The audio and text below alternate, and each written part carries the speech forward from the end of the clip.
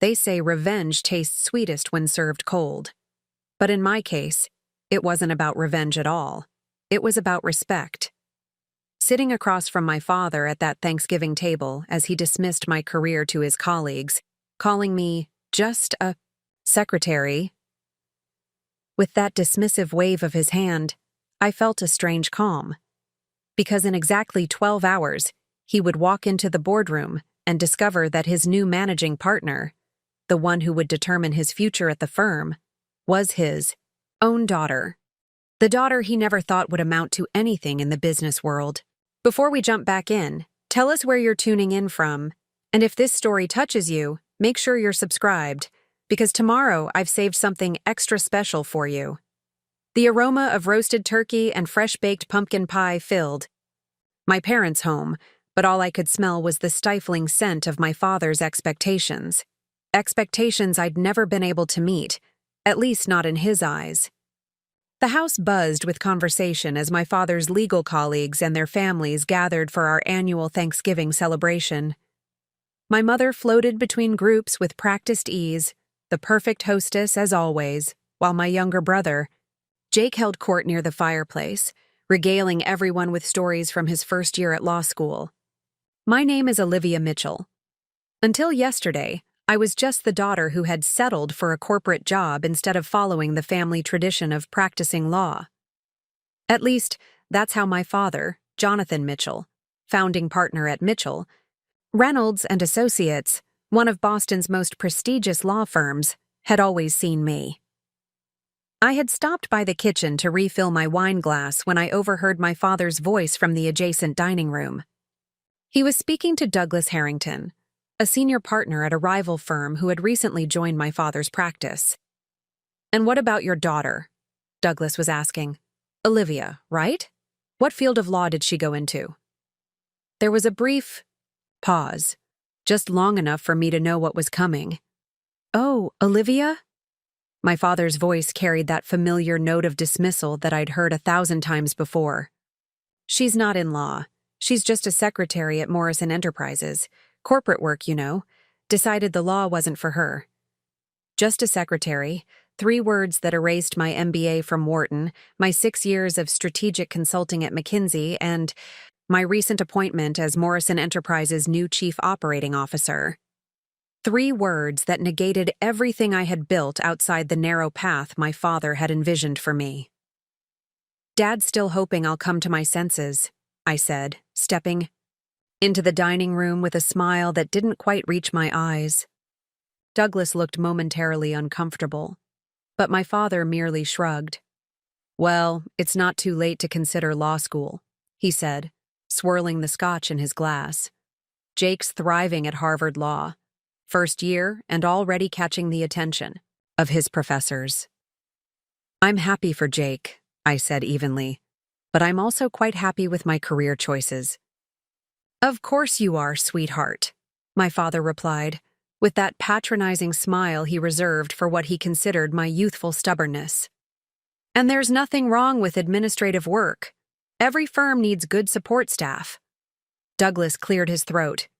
"What exactly do you do at Morrison, Olivia?" Before I could answer, my father interjected. "She's executive assistant to one of their VPs, aren't you, Liv? Scheduling meetings, managing correspondence, that sort of thing." I took a slow sip of my wine. For 6 years, I had corrected him each time he diminished my role. For 6 years, I had patiently explained the complexity and importance of my positions. For 6 years, he had nodded politely and then immediately forgotten, or chosen to forget, every word I said. "Something like that," I replied, choosing my battles. Tomorrow would bring clarity enough. "Dinner's ready," my mother called from the doorway, providing a welcome interruption. As everyone moved toward the dining table, Douglas touched my arm lightly. "For what it's worth," he said quietly, "Morrison Enterprises is a powerhouse. Any position there is impressive." I thanked him with a genuine smile, appreciating his attempt at kindness. If only he knew what Monday would bring. The truth was that 6 months ago, I had been recruited to join Morrison Enterprises as their chief operating officer after spending years helping companies streamline operations and maximize profitability at McKinsey. The CEO, Eleanor Morrison, had personally sought me out after seeing my presentation at a business conference in Chicago. What had started as a consulting engagement had transformed into an offer I couldn't refuse, a C-suite position with equity, in one of the fastest-growing corporations in the Northeast. But that wasn't all. 3 weeks ago, Eleanor had called me into her office with surprising news. Morrison Enterprises was expanding and needed specialized legal expertise. They were acquiring a controlling interest in a mid-sized law firm with an excellent reputation but outdated management practices. A firm that could benefit from modern operational leadership while providing Morrison with dedicated legal services. That firm was Mitchell, Reynolds and Associates, my father's life's work. "We're not looking to dismantle it," Eleanor had assured me. "Just modernize it, make it more efficient, more profitable. And given your background, I thought you might be the perfect person to oversee the transition." "My father is the founding partner," I'd said, still processing this unexpected collision of my professional and personal worlds. "Yes, and he'll remain a key figure," Eleanor replied. "But as majority stakeholder, Morrison Enterprises will be installing a managing partner to align the firm with our corporate structure. I'd like that person to be you, Olivia." I had taken the weekend to consider the offer, wrestling with the implications. I knew my father's firm was struggling. He'd never admit it. But industry whispers had reached me even before I joined Morrison. The old guard of legal practices was facing unprecedented challenges from technology, changing client expectations, and more nimble competitors. My father, brilliant as he was in the courtroom, was resistant to change, clinging to traditions that were slowly suffocating his firm. Taking this role meant I would effectively become my father's boss. The daughter he had dismissed as just a secretary would be responsible for restructuring his life's work, evaluating his performance, and ultimately making decisions that would shape the future of his legacy. I accepted the position on Monday. The acquisition was finalized on Wednesday. And now, sitting at my parents' Thanksgiving table listening to my father extol the virtues of Jake's first semester law school grades, I was the only person in the room who knew what Monday morning would bring. My father raised his glass in a toast. "To family traditions," he said, looking pointedly at Jake, "and to the next generation of Mitchell attorneys." I raised my glass with the others, a small smile playing at my lips. "To new beginnings," I added. My father had no idea how prophetic those words would be. The remainder of dinner passed in predictable fashion. My father dominated the conversation with stories from recent cases, legal anecdotes that had his colleagues nodding appreciatively and my brother hanging on every word. My mother periodically tried to include me in the conversation, a well-meaning but transparent attempt to give me some visibility. "Olivia just got a promotion, didn't you, dear?" she offered during a brief lull. "Oh."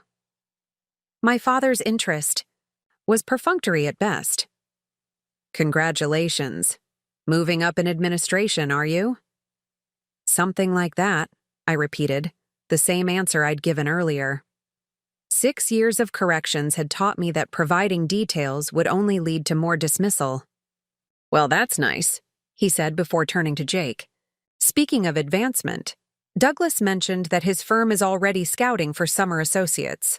With your first semester performance, you should be at the top of their list." And just like that, my promotion, my ascension to the C-suite of a billion-dollar corporation, was reduced to nice and immediately forgotten. After dinner, as the guests moved to the living room for coffee and dessert, I slipped away to my old bedroom. It remained largely unchanged from my high school days. Debate team trophies lined the bookshelves, academic awards hung on the walls. Evidence of early excellence that had somehow never been enough. I sat on the edge of the bed, scrolling through emails on my phone. There was a message from Eleanor confirming Monday's announcement meeting at Mitchell Reynolds and Associates. There were several from the transition team, attaching final reports on the firm's financial position, client roster, and personnel assessments. And there was one from Douglas Harrington, sent just 20 minutes ago during dinner. Olivia. Just connected the dots after some dinner research. Congratulations on the Morrison COO position. Impressive achievement. We should talk before Monday. Call me? I stared at the message, surprised. Douglas had obviously looked me up after our brief interaction and discovered my real position. He'd realized what was coming on Monday, what my father still didn't. No, that Morrison Enterprises was about to announce its acquisition of Mitchell, Reynolds, and Associates, with me as the new managing partner. I considered calling him immediately, but decided against it. Douglas was my father's colleague, recently poached from a competing firm. His loyalty should be to the partnership, not to me. The fact that he was reaching out suggested he was adept at reading political winds and adjusting his position accordingly. Useful information about his character, but not a relationship I wanted to cultivate through back channels. Instead, I texted back a professional but non-committal response. Thank you, Douglas. Happy to schedule time next week after the formal. Announcements are made. Enjoy the remainder of Thanksgiving with your family. I returned to the living room just as my father was launching into a story I'd heard countless times, how he'd built his firm from nothing, starting with just himself and a part-time paralegal in a tiny office downtown. It was a good story, one that genuinely showcased his determination and legal brilliance. It was also incomplete, omitting the advantages he'd had, family connections that brought his first major clients, a substantial loan from my grandfather, the market gap left, when a major competitor dissolved. These omissions bothered me less than they once had. Every success story is partially myth, simplified for narrative impact. What bothered me was knowing that in my father's retelling of his own legend, I would never figure as anything more than a footnote.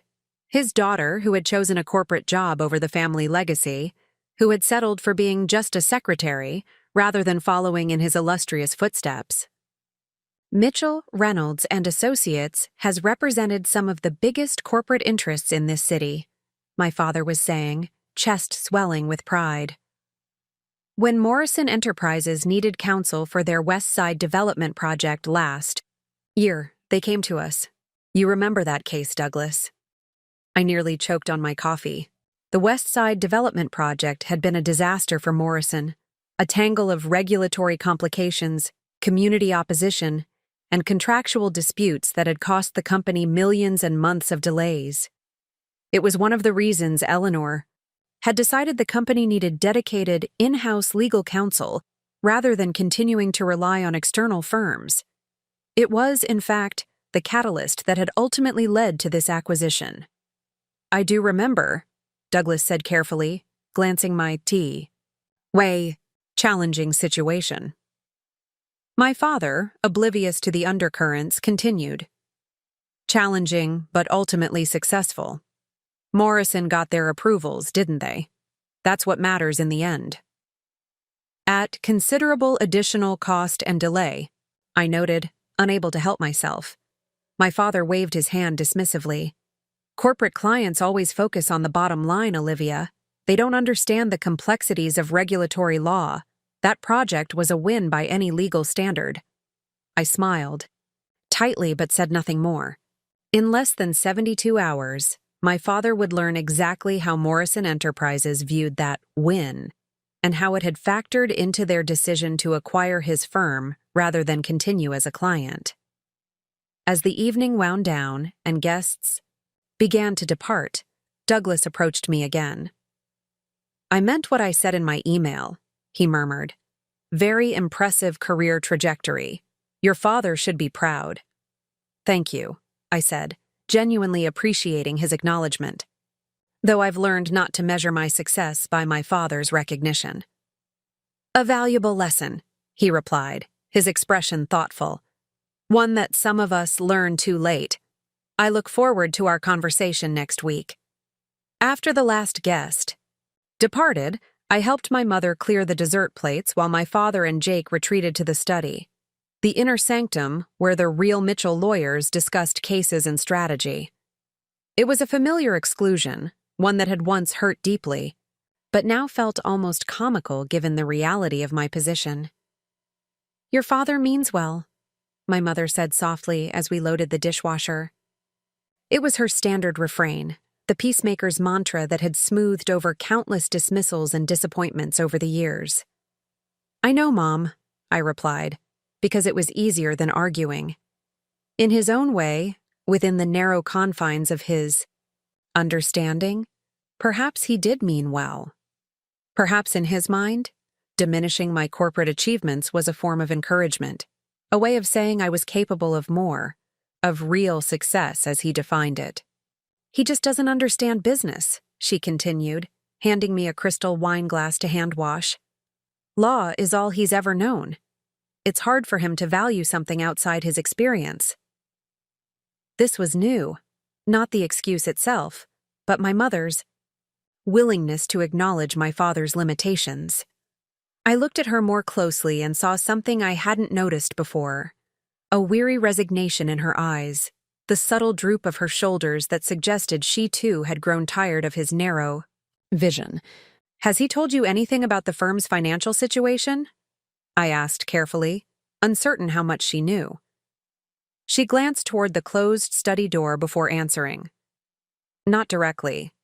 But I see the bills, Olivia. I hear the phone conversations. He thinks I don't notice. Things have been strained? Would it upset you if there were significant changes at the firm?" I asked, testing the waters. "If Dad's role were to shift?" She dried her hands slowly, considering the question. "Your father has defined himself by that firm for 30 years. Change would be difficult for him." She paused, meeting my eyes directly. "But sometimes difficult things are necessary. Sometimes they're even overdue." Preparing and narrating this story took us a lot of time, so if you are enjoying it, subscribe. To our channel, it means a lot to us. Now back to the story. In that moment, I saw my mother clearly, not as the perpetual mediator between my father and me, but as a woman who had spent decades accommodating a man whose vision had room for only one version of success. A woman who perhaps understood more than she had ever let on. "Significant changes are coming, Mom," I said quietly, "and I'm going to be part of them." Her eyes widened slightly, then softened with understanding. "The promotion," she said. "It's connected to your father's firm, isn't it?" I nodded, impressed by her perceptiveness. "Morrison Enterprises has acquired a controlling interest in Mitchell, Reynolds, and Associates. I'll be overseeing the transition and serving as managing partner." She absorbed this information in silence, then surprised me by breaking into a smile, not her usual gentle, placating smile, but something fiercer, almost mischievous. "So on Monday morning, my daughter, who is just a secretary, will become her father's boss." "Essentially, yes," I admitted. She picked up another wine glass, polishing it until it gleamed. "Well," she said with quiet satisfaction, "won't that be interesting?" We finished the dishes in companionable silence, co-conspirators in a revelation that would shake my father's carefully constructed world. When we finished, I kissed her goodnight and headed upstairs, declining her suggestion that I join my father and Jake in the study. Monday would bring enough confrontation. I saw no need to seek more tonight. In my childhood bedroom, I reviewed the presentation I would deliver on Monday morning. The restructuring plan, the new management hierarchy, the vision for integrating Mitchell, Reynolds, and Associates into the Morrison Enterprises family of companies. I refined my opening remarks, choosing words that would be firm but not vindictive, authoritative but not arrogant. This wasn't about revenge. It wasn't about finally proving myself to a father who had consistently underestimated me. It was about business, about taking a struggling law firm with excellent attorneys and outdated practices and transforming it into something more sustainable, more innovative, more aligned with contemporary client needs.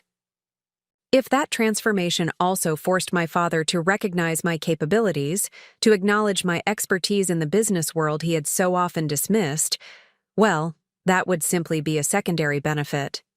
I closed my laptop and prepared for bed, mentally, rehearsing what I would say when I finally saw the recognition dawn in my father's eyes. Not, "I told you so." I was beyond such petty triumphalism. Perhaps something more measured. I look forward to working together in this new capacity. Professional, dignified, the kind of response that would emphasize the gulf between his perception of me and the reality of what I had become. As I drifted toward sleep, I found myself thinking not about my father's impending realization, but about all the other women who had been dismissed, overlooked, and underestimated throughout their careers. The ones who had been called just something, just a secretary, just a teacher, just a nurse, just a housewife, as though these roles lacked complexity, skill, or value. Monday's revelation wouldn't just be about setting the record straight with my father.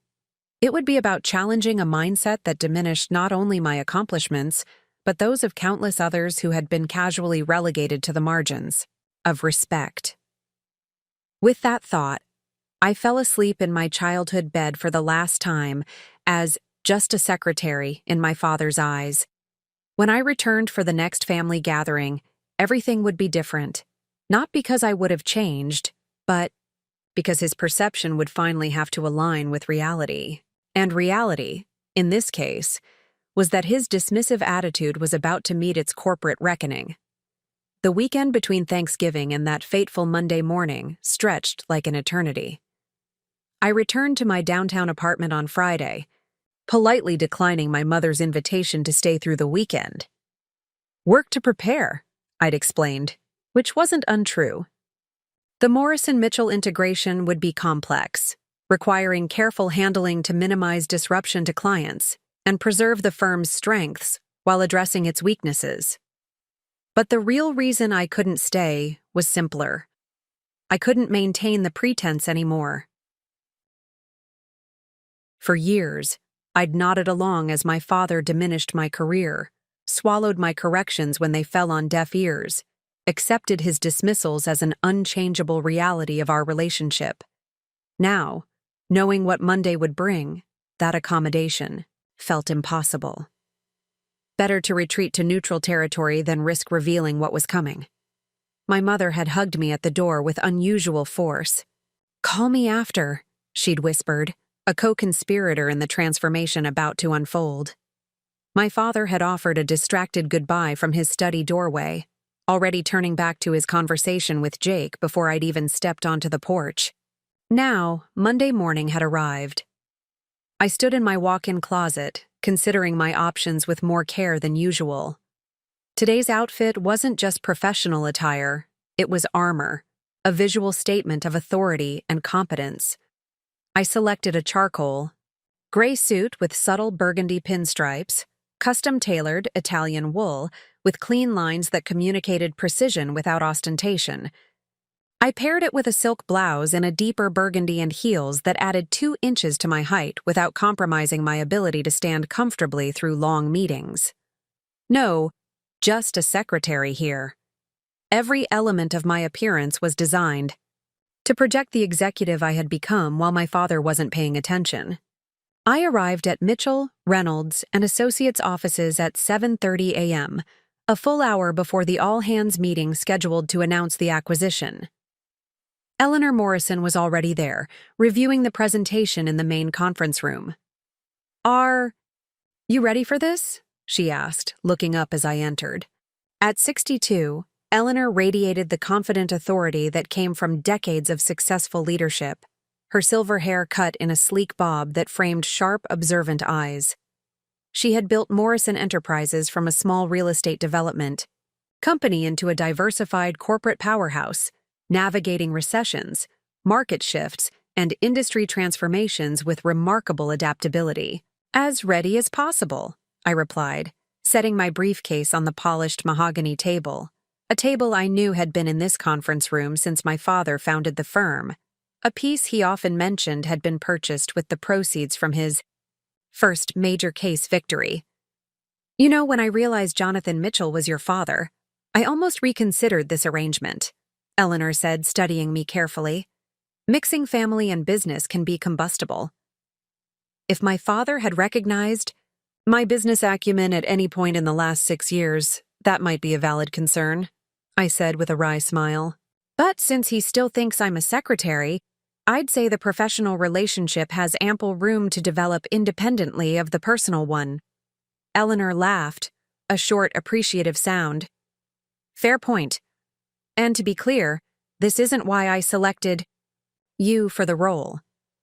Your work as COO has been exemplary. You've streamlined our operations, identified inefficiencies I didn't even know existed, and improved our profitability across multiple divisions. The fact that you happen to have insight into the Mitchell firm culture is merely a bonus. I appreciate that, I said sincerely. In the 6 months I'd worked with Eleanor, I'd come to respect her straightforward leadership style and strategic vision.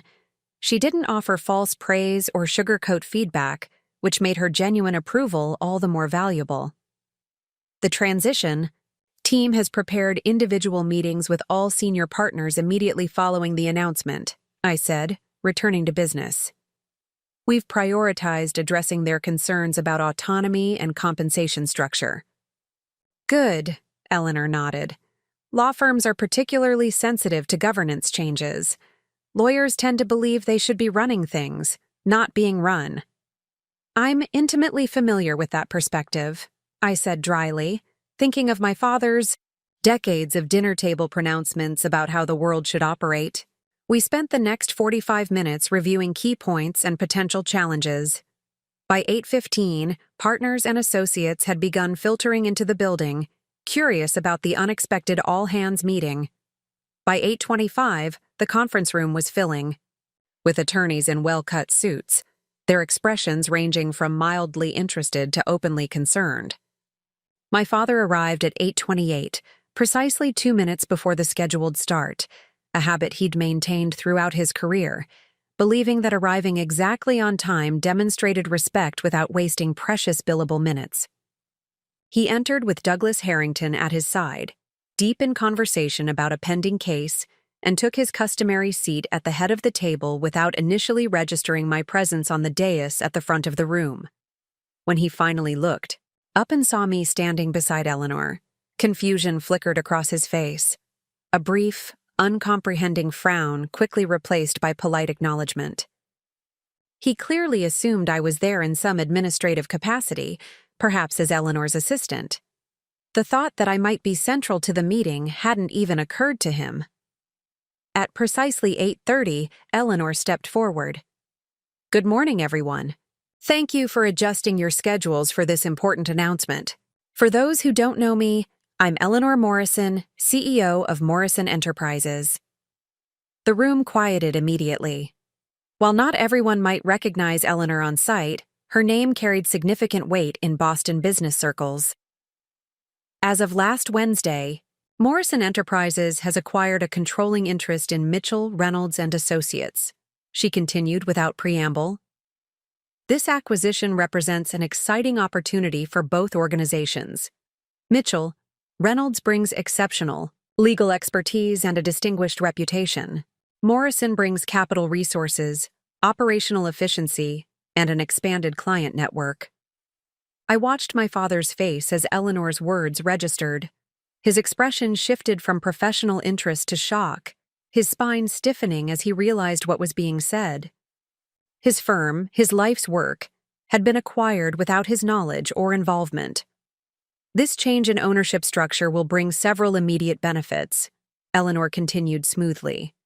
Financial stability, enhanced technology infrastructure, streamlined administrative processes, and access to Morrison's extensive client base across multiple industries.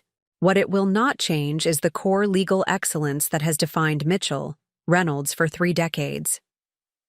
My father's eyes darted around the room, taking in the reactions of his partners, many of whom appeared as surprised as he was. Douglas? Harrington, however, maintained a carefully neutral expression, having had advance warning through his research after Thanksgiving dinner.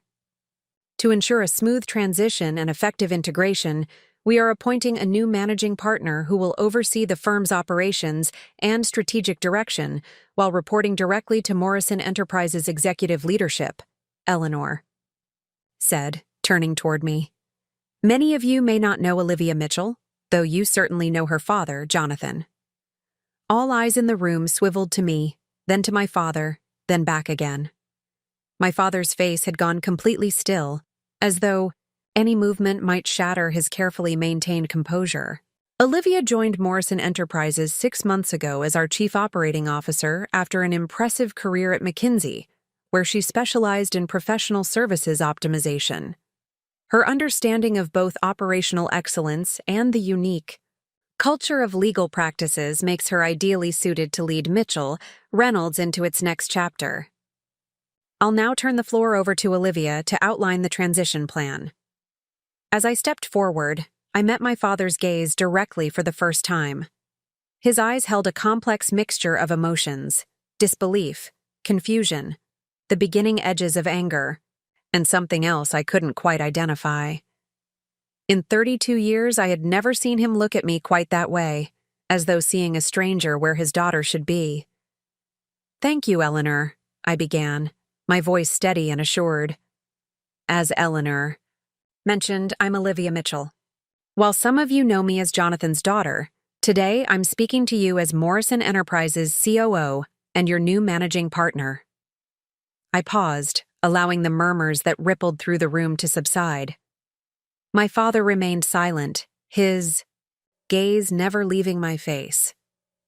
Let me start by acknowledging what many of you must be feeling: concern about what this acquisition means for your practice, your autonomy, and your future with the firm. Those are valid concerns that deserve straightforward answers. I proceeded to outline the transition plan, explaining the operational changes that would be implemented immediately, the technology upgrades scheduled for the first quarter, and the expanded client opportunities that would become available through Morrison's network. I detailed the new compensation structure, which preserved the partner profit-sharing model, while introducing performance metrics focused on client satisfaction rather than solely billable hours.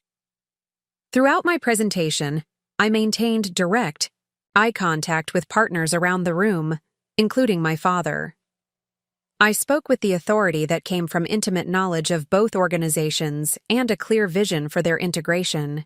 Not once did I apologize or qualify my expertise, a habit many women develop in male-dominated environments. I owned the room because I had earned the right to do so, regardless of my father's long-standing dismissal of my capabilities. When I concluded the formal presentation, I opened the floor for questions. Several hands rose immediately. "Robert Fisher, Tax Division," said a silver-haired partner near the middle of the table. "Can you clarify how practice area leadership will be determined under the new structure? Will existing department heads retain their positions?" "Excellent question," I responded. "Existing practice leaders will maintain their roles through the initial 90-day transition period, after which we'll conduct comprehensive performance reviews. Those who demonstrate both legal expertise and alignment with our new operational approach will absolutely continue in leadership positions. This isn't about wholesale replacement, but strategic optimization." Another hand rose. "Melissa Kendrick, Family Law. Will Morrison be directing us to prioritize certain types of cases or clients over others? Many of us chose Mitchell because of its commitment to maintaining a diverse practice that includes pro bono and community service work." "The Morrison philosophy aligns perfectly with that approach," I assured her. "We believe that community engagement enhances firm reputation and attorney satisfaction, which ultimately benefits the bottom line. The pro bono program will not only continue but expand, with dedicated administrative support to maximize impact while minimizing burden on attorneys." Questions continued for nearly 30 minutes, covering everything from office locations to IT systems to client conflicts. I answered each with detailed knowledge and clear direction, occasionally deferring to Eleanor for Morrison's specific policies, but otherwise demonstrating complete command of the integration strategy. My father remained silent throughout, his expression gradually shifting from shock to a careful neutrality that revealed nothing of his thoughts. Only those who knew him well, as I certainly did, would recognize the tension in his jaw, the slight tightening around his eyes that signaled tightly controlled anger. As the session concluded, I addressed the room one final time. Individual meetings with senior partners will begin at 10 a.m. as listed in the schedule being distributed now. In the meantime, please review the transition materials provided in your packets. My door is open for any additional questions or concerns. As people began to disperse, murmuring among themselves, my father finally rose from his seat. He buttoned his suit jacket in a deliberate motion, a gesture I'd seen countless times before difficult conversations in court, and approached the dais where Eleanor and I stood. "Ms. Morrison," he said with formal courtesy, extending his hand. "I believe we met briefly during the West Side development negotiations. Might I have a word with my daughter? Privately?" Eleanor glanced at me, one eyebrow slightly raised in question. I nodded almost imperceptibly. "Of course," she replied. "I have calls to make before our next meeting. Olivia, I'll see you at 11 for the executive committee introduction." As Eleanor departed, my father turned to me, his expression now openly challenging. "My office, please." It wasn't a request but a command, the tone of a man accustomed to automatic deference. 6 months ago, even 6 days ago, I might have complied reflexively, falling into the familiar dynamic of the daughter seeking approval. Today, I met his gaze steadily. "Let's use the managing partner's office," I countered. "It's more appropriate for this discussion." His eyes flashed with irritation, but he nodded stiffly and followed as I led the way through the firm's corridors to the corner office that had been his for 3 decades. Staff members watched our progress with poorly concealed curiosity, no doubt already processing the implications of the morning's announcement. The managing partner's office, my father's office until approximately 20 minutes ago, was exactly as I remembered it from my infrequent visits over the years. Dark walnut bookshelves lined with legal volumes and industry awards. A massive desk positioned to command the room, facing the door so that anyone entering immediately felt the psychological impact of approaching the seat of authority. Behind it, floor-to-ceiling windows offered a sweeping view of Boston Harbor, a daily reminder of the premium real estate the firm occupied. My father closed the door behind us with careful control, then turned to face me. For a long moment, neither of us spoke. I allowed the silence to stretch, knowing from countless negotiations that the first person to break often conceded psychological advantage. "When were you planning to tell me?" he finally asked, his voice tight with suppressed emotion. "About the acquisition or about my role in it?" I replied calmly. "Either. Both." His hand made a sharp, dismissive gesture. "You sat at my table on Thanksgiving and said nothing while I spoke about the firm to Douglas, a man who apparently knew more about my daughter's career than I did. Would you have listened if I had tried to correct your assumptions?" I asked, genuine curiosity in my tone. For 6 years, I've attempted to explain my actual role in the business world. For 6 years, you've consistently reduced it to just a secretary, regardless of evidence to the contrary. He flinched slightly at the quotation of his own words. "That's not fair, Olivia. I've always supported your choices, even when they diverged from the family tradition." "No," I interrupted firmly. "You've tolerated my choices while making it abundantly clear you found them disappointing. There's a significant difference." He moved to take his customary seat behind the desk, then hesitated, the new reality of our position suddenly apparent. Instead, he chose one of the client chairs facing the desk, lowering himself into it with deliberate dignity.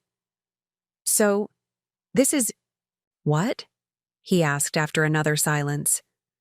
Revenge for perceived slights? A daughter's rebellion against her father's expectations? This is business, I replied, remaining standing rather than taking the seat that was now legitimately mine. Morrison Enterprises needed dedicated legal counsel integrated into our corporate structure. Mitchell, Reynolds needed capital infusion and operational modernization to remain competitive in a changing market. The synergy was obvious from a strategic perspective. And the fact that it places you in authority over me? Was that merely coincidental? His skepticism was evident. The fact that I am uniquely qualified to understand both Morrison's corporate needs and Mitchell's legal culture made me the optimal choice for managing the integration, I said. Would I have been selected for this role if I weren't exceedingly good at what I do? No. Did my familiarity with the firm's founding partner factor into the final decision? Probably. Business decisions rarely have single variables. My father studied me with new eyes, as though trying to reconcile the composed executive before him with the daughter he thought he knew. Your mother knew, he said suddenly. She wasn't surprised by any of this, was she? I told her on Thanksgiving night, I admitted. After you and Jake retreated to the study, he nodded slowly, processing this additional layer of realization. I see. Do you? I asked, softening my tone slightly. Do you really see, Dad? Because what I need you to understand is that this isn't about you at all. This is about me, building a career based on my actual talents and interests, not on a predetermined path that might have made you proud, but would have made me miserable. You could have been an exceptional attorney, he said, a hint of the old dismissal returning. Top of your class at Stanford, perfect LSAT scores. You had every advantage. I would have been a mediocre attorney at best, I corrected him. Because I have no passion for law. What I do have is a gift for systems, for seeing inefficiencies and remedying them, for building operational frameworks that allow talented specialists to do their best work without administrative friction. That's not something to be dismissed as just anything. It's a skill set that has built my career and, incidentally, will now save your firm. He looked up sharply. Save it? Mitchell, Reynolds doesn't need saving. We're one of the most respected firms in Boston. Respect doesn't pay the bills, Dad. The firm has been operating at a loss for the past 3 quarters. Your lease on this premium office space is up for renewal at significantly increased rates. Your technology infrastructure is a decade behind industry standards, costing you thousands in wasted attorney hours. And your client acquisition rate has dropped 15% year over year as younger corporate counsel seek firms with more modern approaches. Each fact landed like a physical blow. I wasn't sharing anything he didn't already know on some level, but hearing it articulated so clearly, by his daughter no less, forced a confrontation with reality he had been avoiding.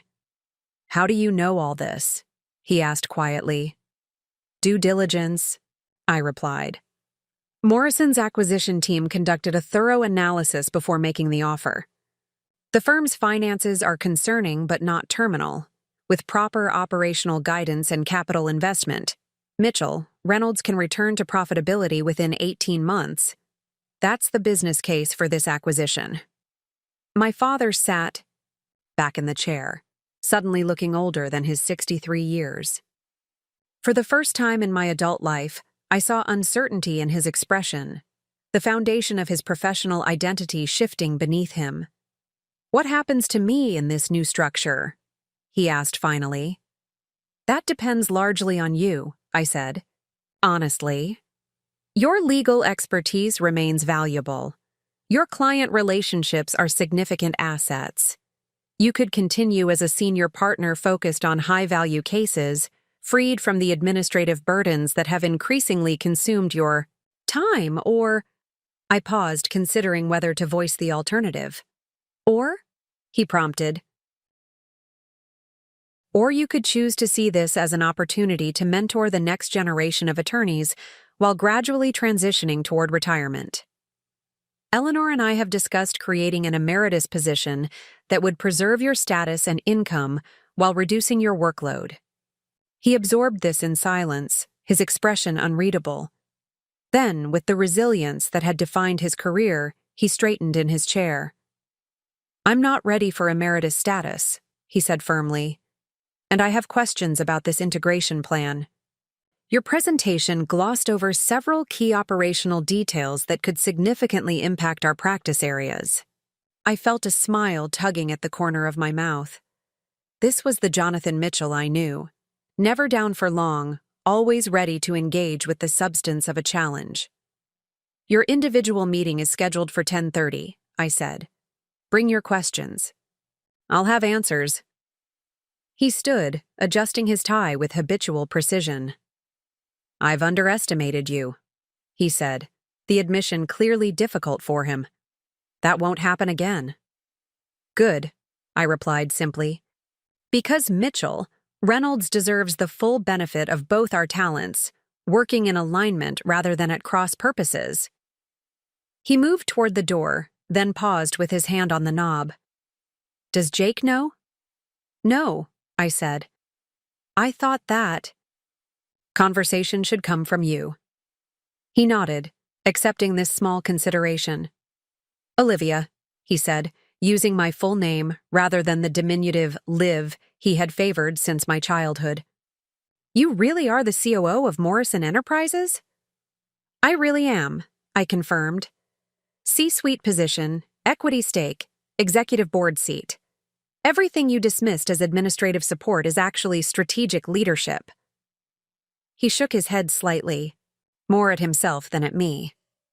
"I'll see you at 10:30 then." As the door closed behind him, I moved behind the desk and sat in the chair that had been his for 30 years, the seat from which he had directed the firm, mentored associates, built his reputation as one of Boston's premier attorneys. The leather was worn in places that matched his frame, shaped by decades of his presence. I ran my hands along the smooth wood of the desk surface, taking in the view of the harbor from this new perspective. This wasn't triumph, or at least, not merely triumph, it was responsibility. The lives and careers of everyone at Mitchell, Reynolds now depended in part on my leadership, my vision, my ability to navigate the complex integration ahead. My phone buzzed with a text from my mother. "How did it go?" I replied with simple honesty. "Challenging but necessary. He's processing." Her response came quickly. "Having dinner with both my C-suite executives tonight. 7 p.m., don't be late." I smiled at the screen, appreciating her immediate acknowledgement of the new reality. Then, I set the phone aside and turned to the transition materials spread before me. The real work was just beginning. The revelation had occurred. The recognition, however, reluctant, had been achieved. Now came the far more difficult task of proving day after day, meeting after meeting, decision after decision, that I deserved not just my father's belated respect, but the trust of an entire firm that was now under my leadership. Being dismissed as just a secretary had been frustrating. Being recognized as a capable executive would be validating. But being an effective leader who transformed Mitchell Reynolds while healing the professional breach with my father, that would be the real victory, one that transcended personal vindication to create lasting value. I picked up the phone on my desk now, and pressed the intercom.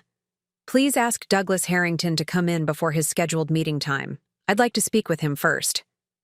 If I was going to lead this firm effectively, I needed to understand its internal dynamics from multiple perspectives, starting with the partner who had recognized my true position before anyone else. The game had changed, and I was now setting the rules. Douglas Harrington arrived at my office exactly 7 minutes after my summons, enough time to appear responsive without seeming overeager. His tailored navy suit and carefully neutral expression spoke of a man accustomed to navigating complex, professional situations with measured precision. "Olivia," he said, closing the door behind him. Or should I say, Ms. Mitchell now? Olivia is fine, Douglas, I replied, gesturing toward the chair my father had vacated. Please have a seat. He settled into the chair with practiced ease, his posture attentive but relaxed. Impressive presentation this morning. Not many executives could announce such a significant organizational change with that level of authority, particularly when facing a room full of attorneys predisposed to challenge every assertion. Thank you, I acknowledged, recognizing the compliment as genuine despite its careful delivery. Though I suspect you weren't as surprised as the rest of the room, given your message after Thanksgiving dinner. A slight smile crossed his face. I make it a habit to research people I meet in professional contexts. When your father introduced you as a secretary at Morrison, the disconnect was too significant to ignore. A simple LinkedIn search revealed the truth. And you chose to reach out rather than mention your discovery to my father, I observed. An interesting decision. Professional courtesy, he replied smoothly. It wasn't my place to correct your father's misperceptions, especially in a social setting, but it seemed prudent to establish direct contact with Morrison's COO before today's announcement. I studied him thoughtfully. Douglas had joined Mitchell, Reynolds only 4 months ago, recruited from Harrington, Patel and Associates, a smaller but well-regarded firm specializing in corporate restructuring. My father had mentioned the recruitment as a significant win, though I now wondered about the timing. When did you know about the acquisition? I asked directly. He met my gaze without hesitation. I had my suspicions when Morrison's outside. Counsel began requesting unusual levels of documentation about our client base and operational structure. Those suspicions grew when your name appeared on Morrison's executive leadership page shortly after. The connection seemed too coincidental to ignore. So you positioned yourself accordingly, I noted. Joining a firm you suspected might soon be acquired by a major corporation. I positioned myself where my skills would be most valuable, he corrected gently. Mitchell, Reynolds has an excellent reputation and client base but outdated management practices. Given my background in corporate restructuring, the opportunity to help navigate what I suspected would be a significant transition was professionally appealing. His answer was diplomatic yet honest, acknowledging the strategic element of vow, his decision without framing it as opportunistic. I found myself appreciating his directness. And now that the transition is confirmed? I asked. Now I'm hoping to be an asset to that transition, he replied. I have no long-standing allegiances or entrenched habits within the firm. I understand both legal practice and corporate operational requirements, and I'm comfortable with change, in ways that many of your father's contemporaries may not be. I nodded slowly, considering his implicit offer. The integration team will need partners who can help bridge the cultural gap between traditional legal practice and corporate efficiency models. Your background makes you well-suited for such a role. Precisely my thinking, he confirmed. However, I continued, I need to be certain where your loyalties lie. This morning you watched me effectively demote my own father while upending the power structure of a firm he built over 3 decades. That creates a complex dynamic. Douglas leaned forward slightly, his expression serious. My loyalty is to excellence and innovation, Olivia. Your father built something remarkable for its time, but times change. Legal practices that fail to evolve will ultimately fail their clients and their attorneys. I joined Mitchell Reynolds because I saw potential for evolution. If Morrison Enterprises and your leadership are the catalysts for that evolution, then my professional interests align perfectly with your vision. It was a good answer. Perhaps too good, too carefully calibrated to what I wanted to hear. But professional relationships aren't built on perfect trust. They're built on aligned interests and demonstrated reliability over time. I'm forming a transition committee of 5 partners to help implement the integration plan, I said, making a decision. I'd like you to serve as one of those partners, focusing specifically on restructuring the firm's client engagement model to align with Morrison's more consultative approach. "I'd be honored," he replied, his expression revealing genuine pleasure at the opportunity. "Though I should warn you that some of the more traditional partners may see my involvement as confirming suspicions that I was somehow complicit in the acquisition." "Let them," I said with a slight shrug. "Their suspicion of you is less problematic than their potential resistance to necessary changes. Better to channel that resistance toward you than toward the entire integration process." He laughed softly, appreciating the strategic calculation. "Using me as a lightning rod. Efficient." "I prefer to think of it as appropriate resource allocation," I countered with a small smile. "Your recent arrival makes you an easy target for displaced frustration, but also positions you perfectly to absorb it without the personal investment that longer-tenured partners might feel." "Fair assessment," he conceded. "And my scheduled meeting? Should we proceed with that now, or—" "We've covered the essentials," I said, glancing at my watch. "The formal meeting would be redundant. I have your transition committee assignment scheduled to be announced this afternoon, along with the other appointees." As Douglas rose to leave, he paused. "May I offer an observation, Olivia?" Speaking. Now, as someone who has navigated numerous corporate transitions, I nodded, curious. "The most challenging aspect of your position won't be the operational changes. Those are straightforward, if sometimes painful. It will be balancing your professional authority with the personal dynamics, particularly with your father." His expression was thoughtful, almost sympathetic. He's built his identity around this firm and his position within it. Redefining that identity will require more than organizational charts and strategic plans. "I'm aware of the complexity," I acknowledged, appreciating his insight. "I don't doubt it," he replied. "But awareness and preparation are different things. Just be prepared for the personal cost of this transition. Professional victories often come with unexpected emotional complications." After Douglas left, I found myself reflecting on his parting observation. The morning had been consumed with the mechanics of the announcement, the presentation, the questions, the initial confrontation with my father. I'd prepared extensively for those elements, anticipating reactions and planning responses. But the longer-term personal implications remained largely uncharted territory. My intercom buzzed, interrupting my thoughts. "Ms. Mitchell, your 10:30 is here." My father, right on time as always. "Send him in," I replied. He entered with the same commanding presence he'd always brought to every room, though now tempered with a new wariness. He carried a leather portfolio filled with what I assumed were his questions about the integration plan, professionally prepared despite the personal shock he must still be processing. "Olivia," he said with formal courtesy, taking the seat across from me without waiting for an invitation. "I've reviewed the transition materials, and," I prompted when he didn't immediately continue. "And I have concerns," he replied, opening his portfolio to reveal several pages of neatly organized notes, beginning with the proposed realignment of practice areas.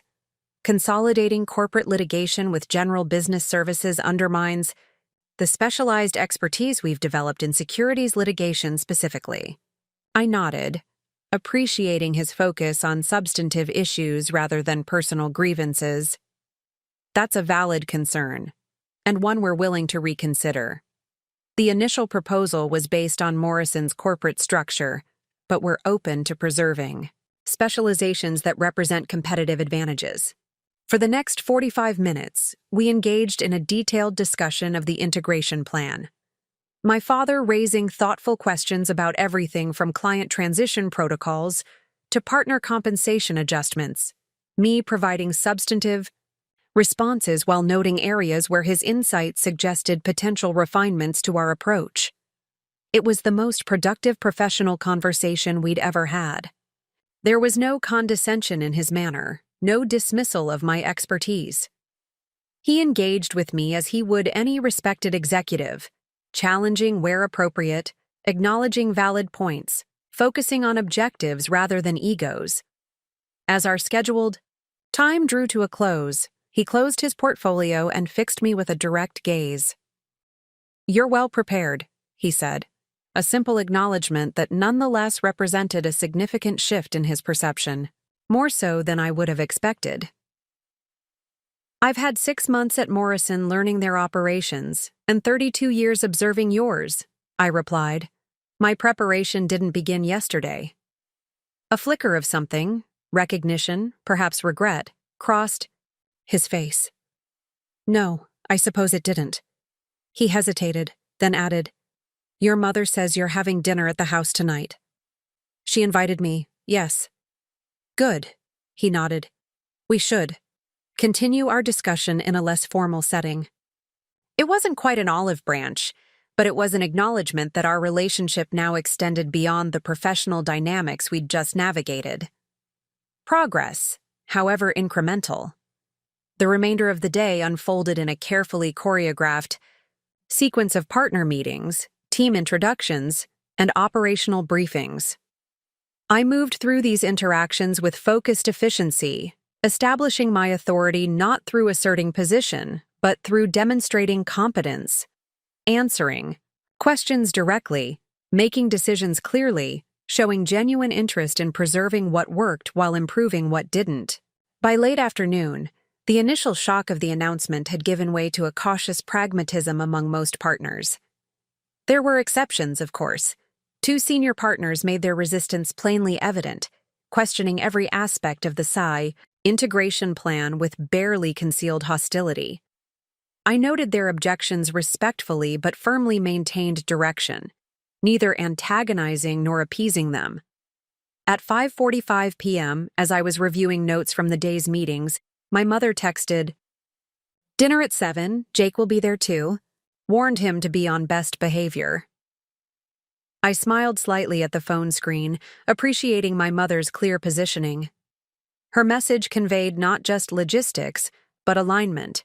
She was preparing the family environment just as carefully as I had, prepared the professional one. I arrived at my parents' home at 6:55 p.m., deliberately early to have a moment with my mother before my father and Jake arrived. She met me at the door with a warm embrace. "The returning conqueror," she said with a hint of teasing pride as she ushered me inside. "Hardly a conquest, Mom," I demurred. "Just a business integration." She hummed noncommittally, leading me toward the kitchen where delicious aromas suggested she'd prepared my favorite pasta. "And how did the business integration go with your father this morning?" "Better than expected," I admitted. "He's processing the change professionally, focusing on substantive issues rather than personal dynamics." "That's his way," she nodded, stirring the sauce simmering on the stove. "Jonathan retreats to professional competence when emotional terrain becomes unfamiliar. It's why he's an excellent attorney and a sometimes challenging father." Her insight struck me as both accurate and surprisingly candid. My mother had always played the diplomatic peacemaker between my father and me, smoothing over his dismissals and my reactions with practiced social grace. This more direct acknowledgement of his limitations represented a shift in her own positioning. "You're different today," I observed. She smiled, her eyes crinkling at the corners. "Am I? Or am I simply free to be more fully myself now that's certain? Imbalances have been addressed?" Before I could respond to this intriguing suggestion, the front door opened, and my father's voice called out, "Elizabeth?" "We're home." My mother squeezed my hand briefly. "Let me handle Jake," she murmured. "He was quite upset after your father called him this afternoon." Jake entered the kitchen first, his expression a mixture of confusion and resentment when he saw me. At 25, my brother had always been the anointed heir to the Mitchell legal legacy, groomed, mentored, and celebrated for following the path our father had designated before he was even born.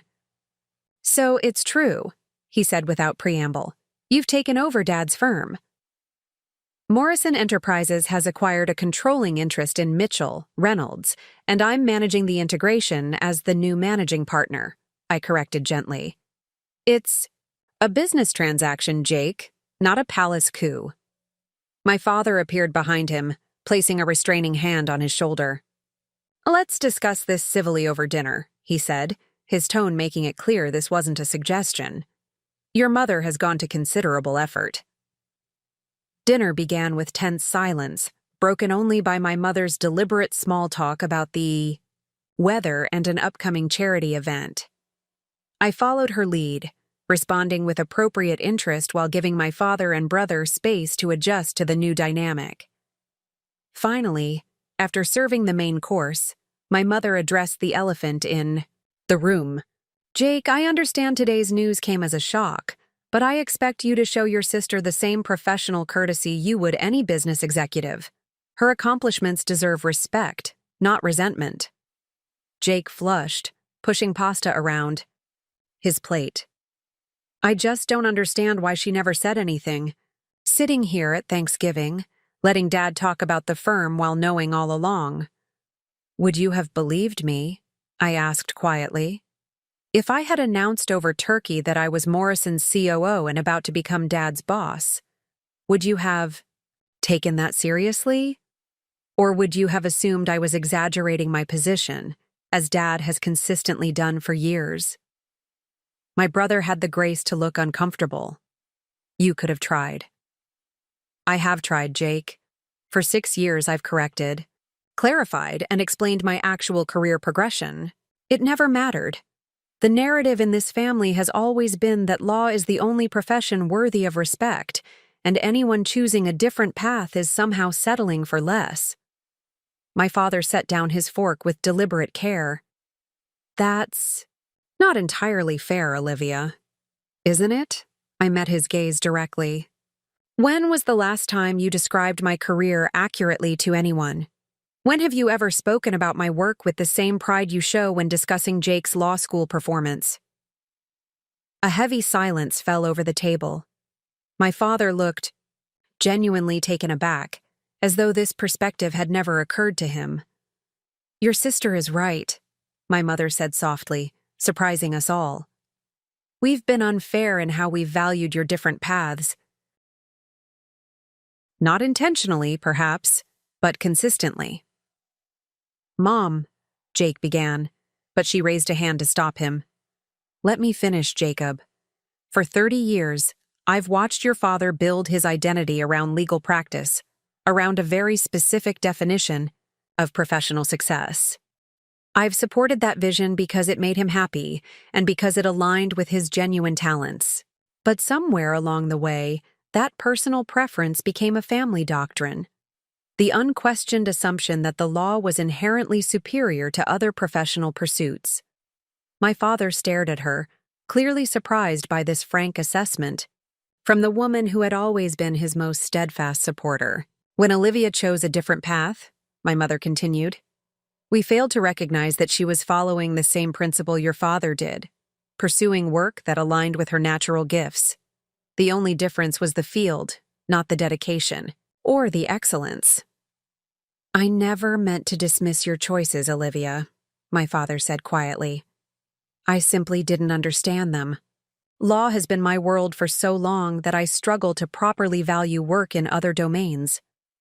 I know, Dad, I acknowledged, feeling some of my own defensive tension ease. And I didn't come to dinner tonight to extract apologies or assign blame. What's done is done. What matters now is how we move forward, both professionally and as a family. Jake, who had been uncharacteristically quiet, finally spoke. So what happens to the firm now? To Dad's position? To my future there after graduation? A practical question, cutting to the heart of his immediate concerns. Typical Jake, always focused on the direct implications for his planned trajectory.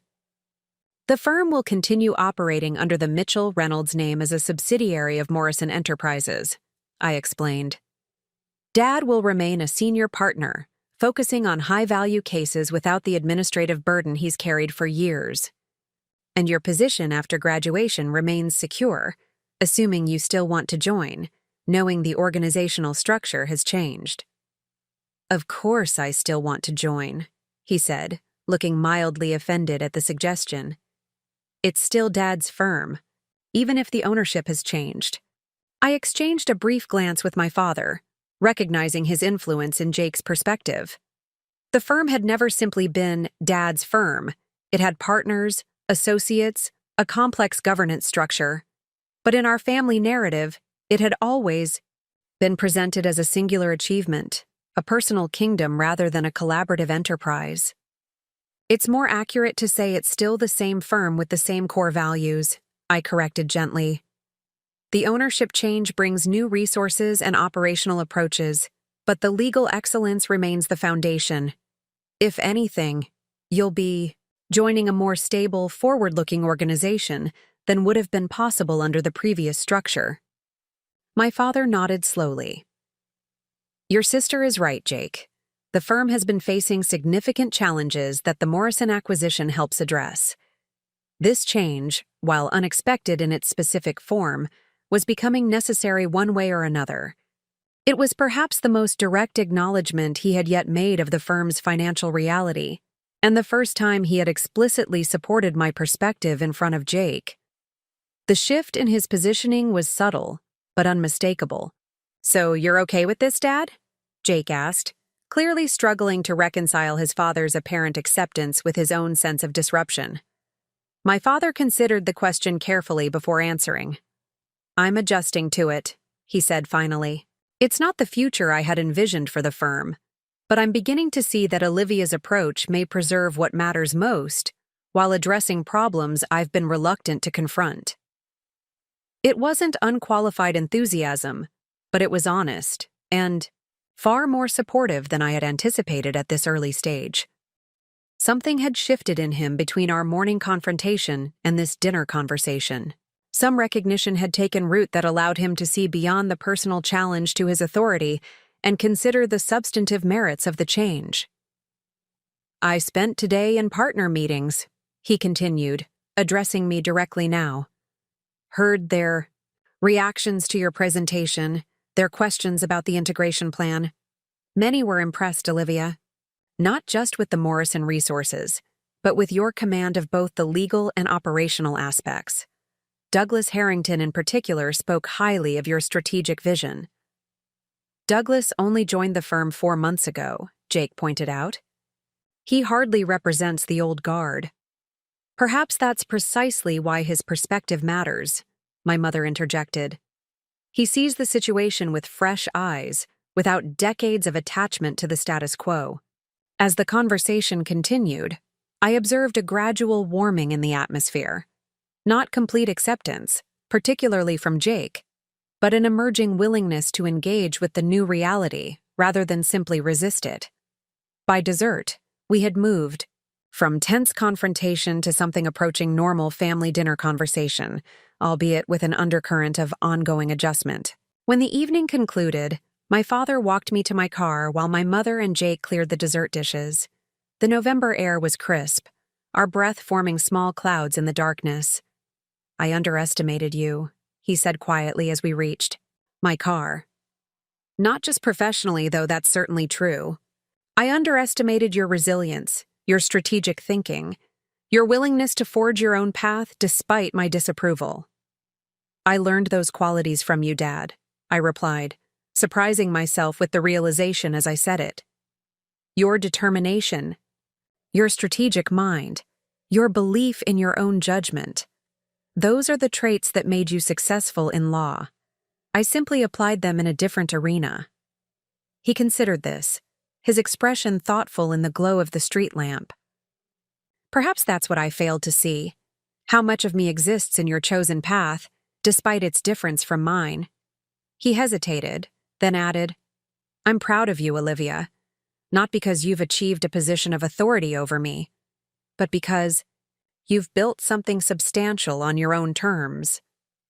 The words I had waited years to hear, acknowledgement not just of my success, but of the legitimacy of my chosen path.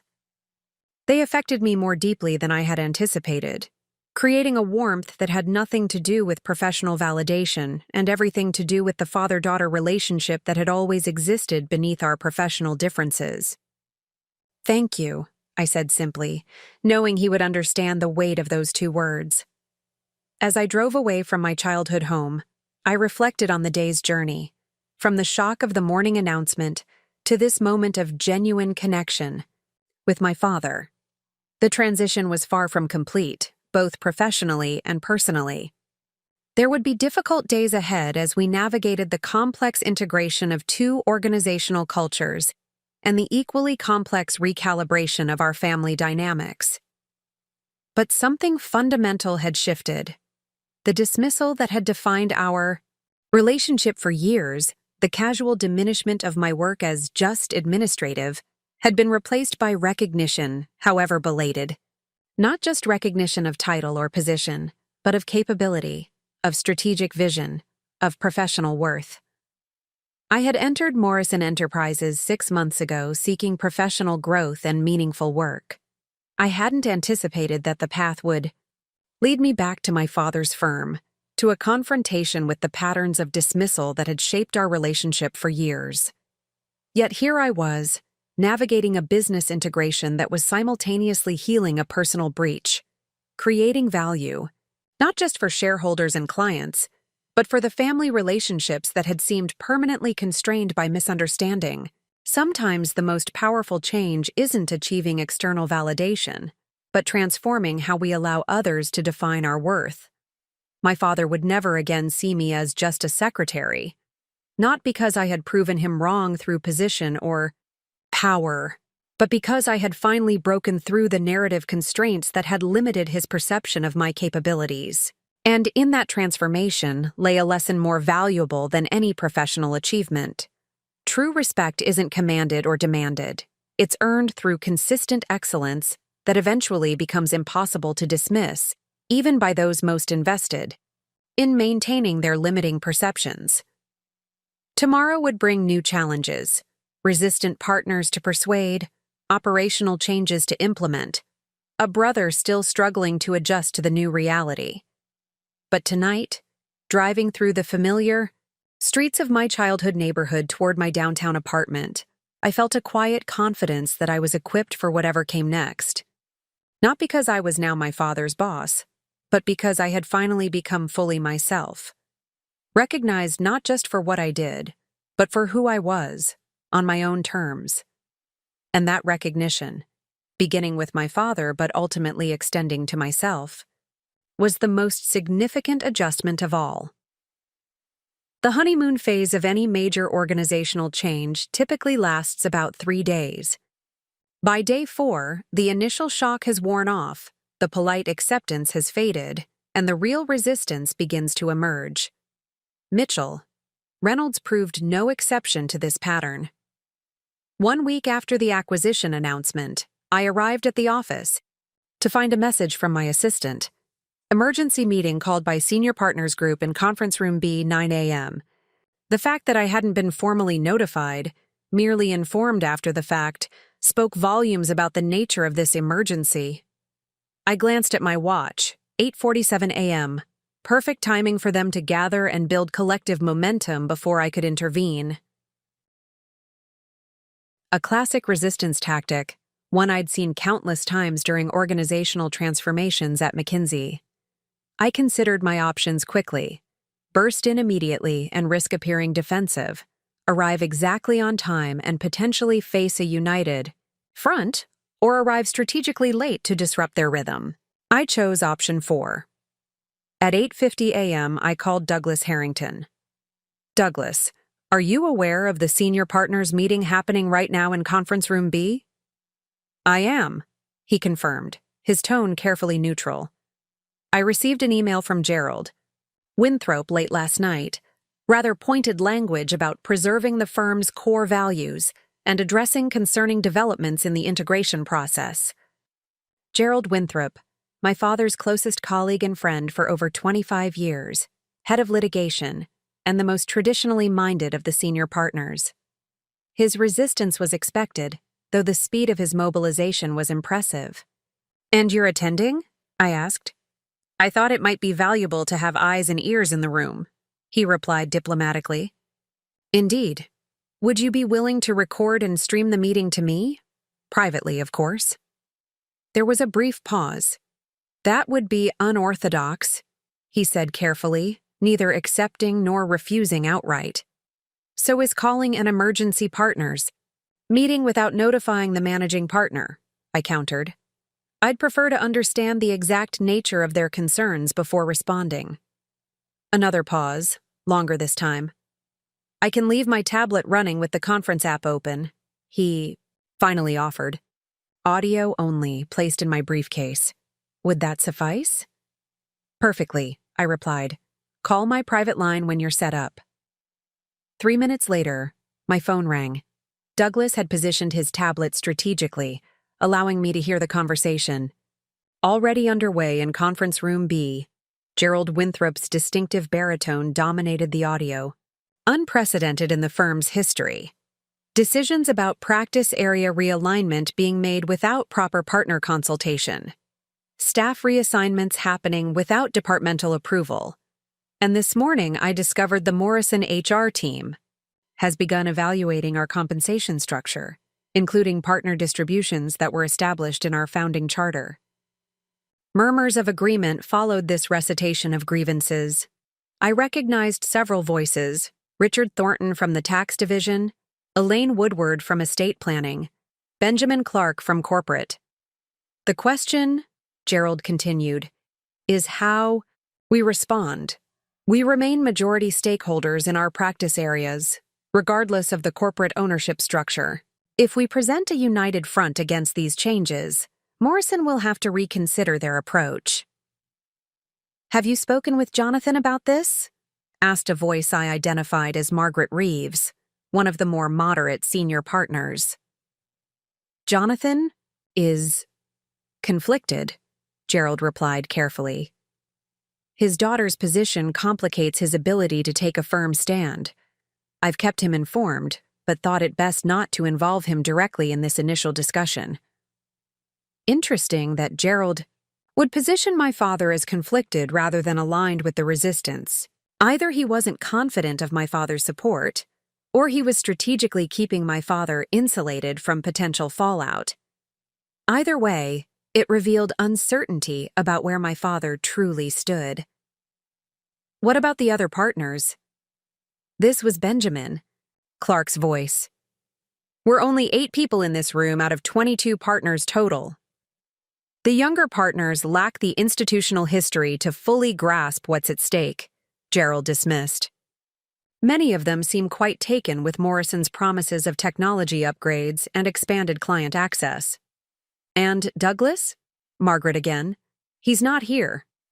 Harrington is a recent addition with ties to the corporate restructuring world, Gerald said, his tone suggesting this was explanation enough. His loyalty to the firm's traditional values is uncertain. At that moment, I heard the conference room door open and Douglas's voice cut clearly through the audio. My apologies for the delay. Traffic was unusually heavy this morning. A brief, awkward silence followed before Gerald resumed, his tone noticeably more guarded. We were just discussing concerns about the pace and direction of the Morrison integration. Yes, I gathered from your email, Douglas replied evenly. Though I'm curious why this meeting wasn't scheduled through the standard channels. Ms. Mitchell's calendar shows no record of this discussion. This is a senior partners matter, Gerald stated firmly, predating any Morrison involvement. I see, Douglas said, his tone neutral but pointed. And Jonathan Mitchell? As founding partner, surely his perspective would be valuable. Another silence. I could almost picture Gerald shifting uncomfortably in his chair. Jonathan is aware of our concerns, he finally said. But given his unique situation, we thought it best to formulate our position independently before bringing him into the discussion. Unique situation meaning his daughter is now managing partner, Douglas clarified, bringing the subtext directly into the open. A fact that everyone in this room has been dancing around since we began. I smiled slightly at his directness. Douglas was proving to be a valuable ally, willing to address the underlying dynamics that others preferred to leave unspoken. The personal relationship is irrelevant, Gerald insisted. What matters is preserving the autonomy and culture that have made Mitchell Reynolds successful for 3 decades. I don't disagree with the objective, Douglas replied, but I question whether resistance is the most effective strategy. The acquisition is complete. The integration is underway. The question isn't whether changes will happen, but how we shape them to preserve what truly matters while embracing necessary modernization. Modernization, Gerald repeated with audible skepticism. A convenient euphemism for dismantling. Established practices that have served us well for years. Have they? Douglas challenged. Our profit margins have declined for 6 consecutive quarters. Associate retention has dropped 30% in 2 years. Our technology platform is so outdated that new hires require specialized training just to use our document management system. Are these the established practices you're so eager to preserve? The room fell silent. Douglas had just publicly articulated the firm's vulnerabilities, facts that the senior partners undoubtedly knew but preferred not to acknowledge directly. Having heard enough to understand their position, I ended the call and headed toward I. Conference Room B. It was time to address the resistance directly rather than through surveillance. I entered without knocking, the door swinging open to reveal 8 senior partners seated around the conference table, their expressions shifting from surprise to varying degrees of discomfort as they registered my presence. Douglas sat at the far end, his face revealing nothing as our eyes briefly met. "Good morning," I said pleasantly, closing the door behind me.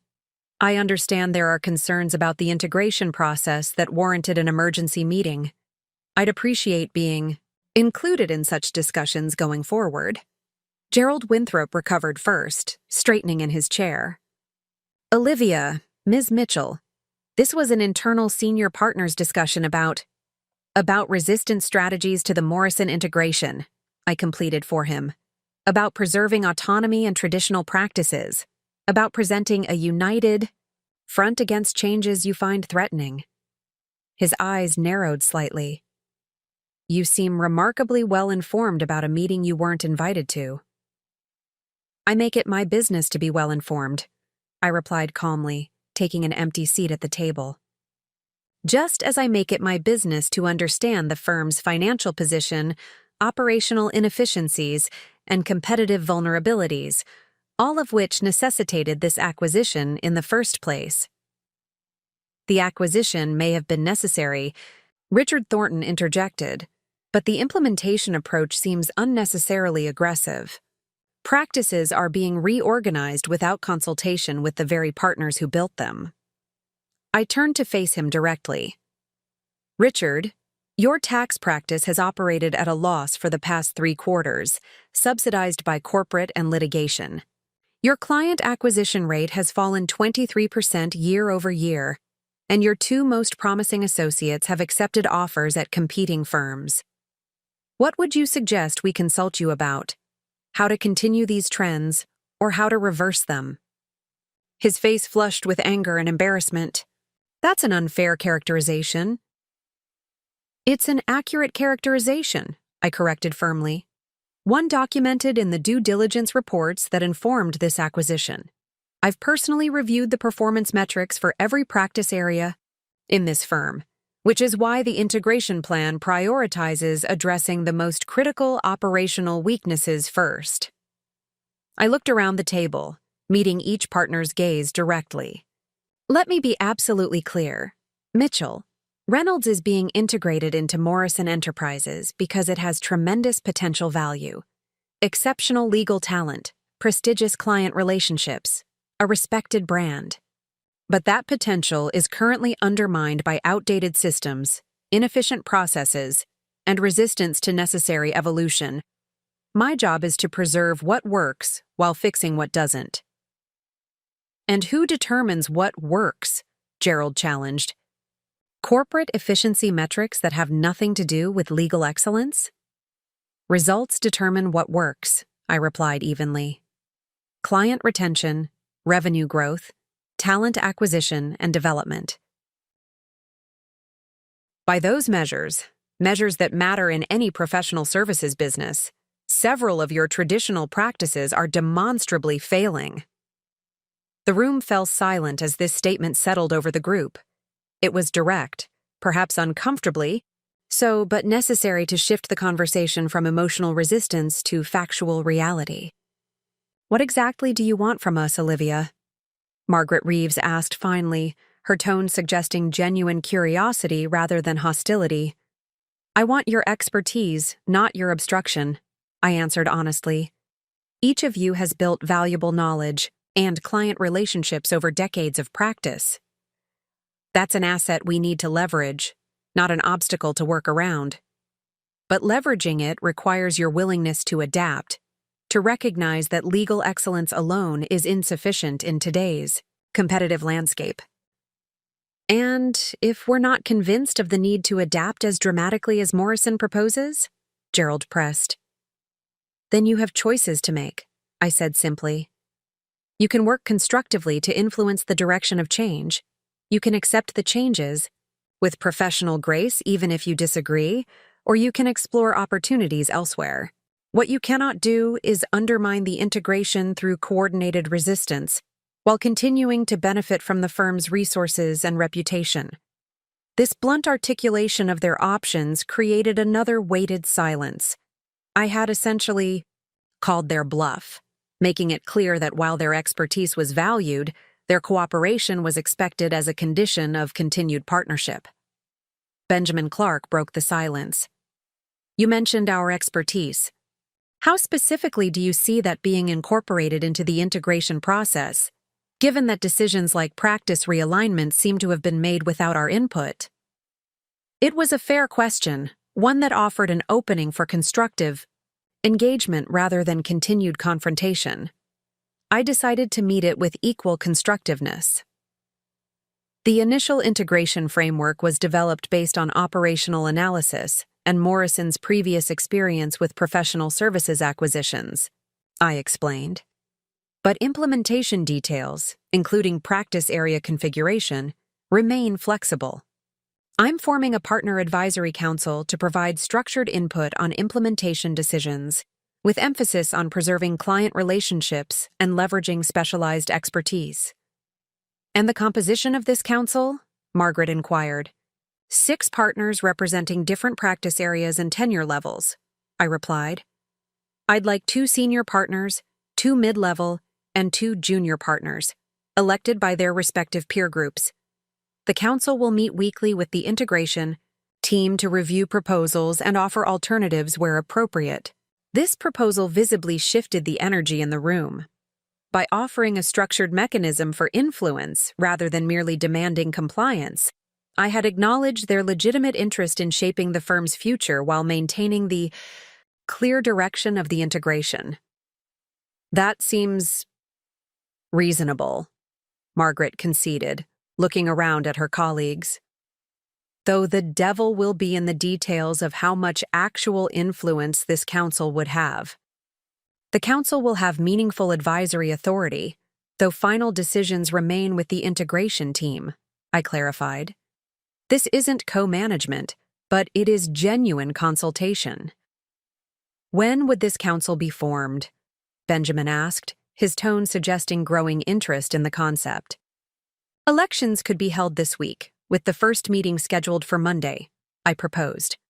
I'll circulate a formal structure document by end of day today.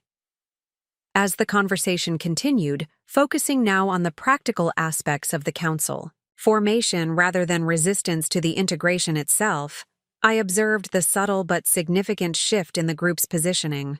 Not complete acceptance, certainly, but movement from outright opposition toward cautious engagement. Exactly the transition needed to channel their energy productively. Gerald Winthrop remained skeptical, his body language and occasional comments revealing continued resistance. But he was now isolated rather than leading the charge, his absolutist position undermined by the more moderate partner's willingness to engage with my proposal. When the meeting concluded 30 minutes later, I asked Gerald to remain behind. As the other partners filed out, several nodding respectfully in my direction, I noticed Douglas lingering by the door.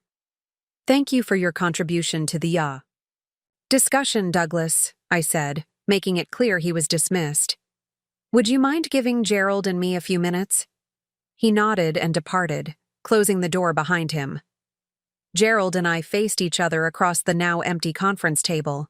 "That was deftly handled," he said after a moment, his tone mixing reluctant admiration with persistent wariness. "Jonathan always said you had political instincts, though he thought they were wasted outside the courtroom. My father has always had a limited view of where various skills might be valuable," I replied evenly. "But I didn't ask you to stay so we could discuss his misconceptions." "No, I imagine not." Gerald leaned back slightly, his posture deliberately casual, though. His eyes remained alert. "Why did you ask me to stay, Olivia?" "Because I need to understand whether you're capable of adaptation or committed to obstruction," I said directly. "You're influential among the senior partners. You have legitimate expertise that could benefit the firm going forward. But your positioning this morning suggests you see yourself as the guardian of a status quo that is no longer viable." He studied me for a long moment before responding.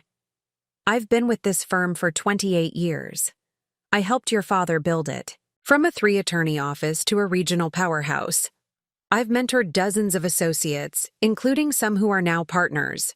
And now I'm being told that everything we built needs to be fixed by executives who've never practiced law a day in their lives." "Not everything," I corrected. "The legal excellence remains the foundation.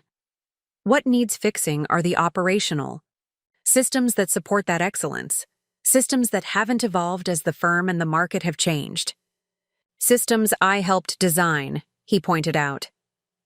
"Systems you helped design 30 years ago," I emphasized, "when document management meant physical files and client communication happened primarily through in-person meetings and formal correspondence." "The world has changed, Gerald. Our clients have changed. Their expectations have changed." He sighed, some of the defensive tension leaving his shoulders. "I'm not blind to the challenges, Olivia. I've seen the financial reports. I know we've lost ground to more technologically advanced competitors. But there's a difference between evolution and revolution, and this integration feels decidedly like the latter. Revolutions happen when evolution is resisted past the breaking point," I observed. Had Mitchell, Reynolds embraced gradual modernization years ago, this more dramatic intervention wouldn't be necessary now. Gerald couldn't argue with this reality, and his silence acknowledged as much. After a moment, he asked, "What exactly are you offering me?" "A seat on this partner advisory council." "More than that," I replied. "I'm offering you the opportunity to be a bridge rather than a barrier. The senior partners respect you. Many associates view you as a mentor. Your support for necessary changes, even qualified support, would ease the transition for everyone. And if I'm not convinced all these changes are necessary, then challenge them specifically and constructively," I said. "Bring alternatives, not just objections. My goal isn't to dismantle what works, but to fix what doesn't. Help me distinguish between them based on your experience, not your attachment to the status quo." He considered this for a long moment, his expression thoughtful rather than adversarial. "You're not what I expected," he finally said. "When Jonathan told me about the acquisition and your role in it, I assumed you'd be a corporate puppet, implementing Morrison's agenda without regard for the firm's unique character." "And now?" I prompted when he didn't continue. "Now I'm reserving judgment," he replied with a hint of a smile. "You've clearly done your homework on our operations. You handled that meeting with more skill than most managing partners I've encountered, and you're offering dialogue rather than dictation, which suggests at least some willingness to adapt your approach." It wasn't enthusiasm, but it was openness, a significant improvement from the resistance he'd been organizing just an hour earlier. I'll consider your proposal, he continued. Not as a surrender, but as a potential path to influence. The firm does need to evolve. I've known that for years, even if I haven't championed it as vocally as perhaps I should have.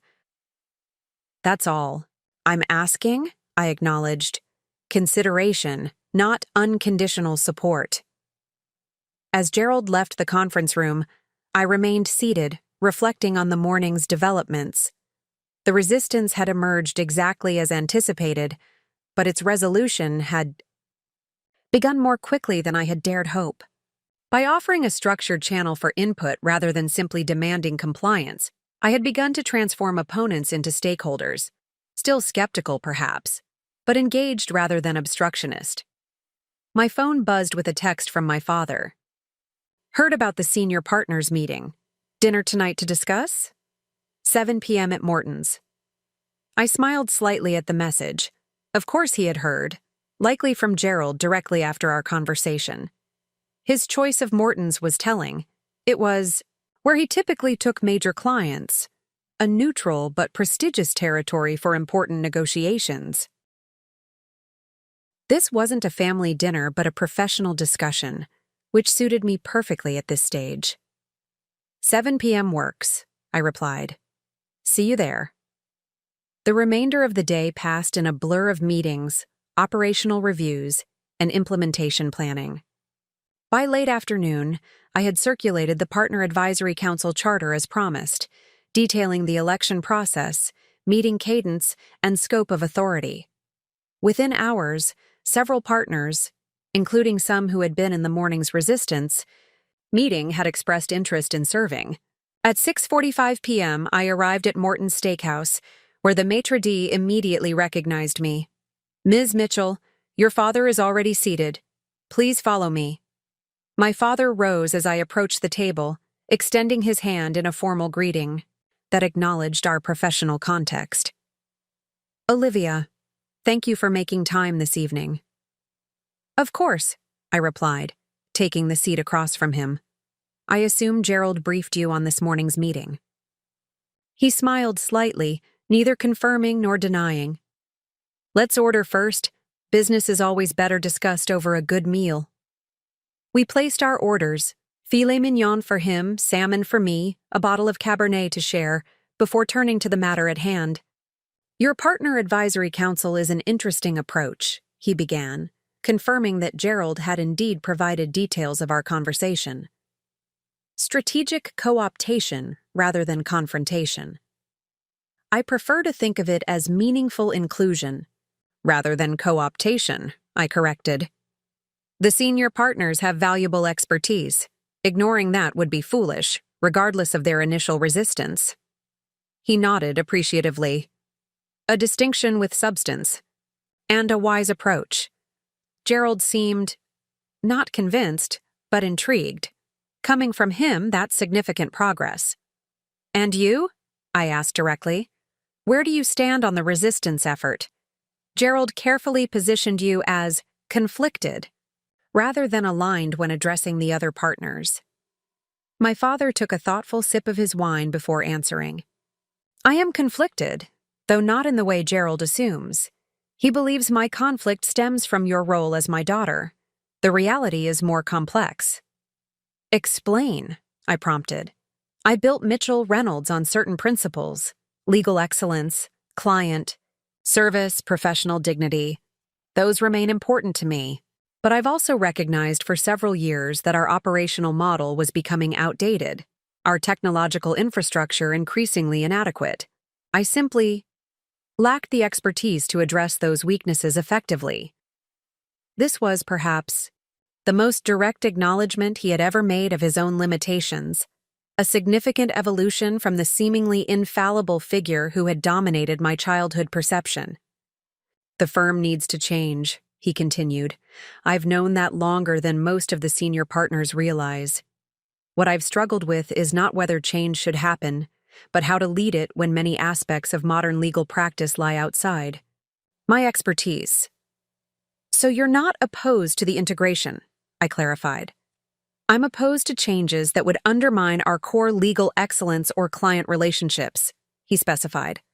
But many of the operational changes Morrison proposes, technology modernization, streamlined administrative processes, more sophisticated marketing approaches, these are overdue enhancements, not threats.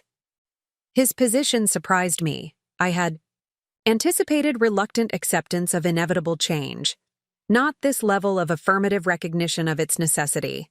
You never expressed this perspective when you were managing partner, I observed.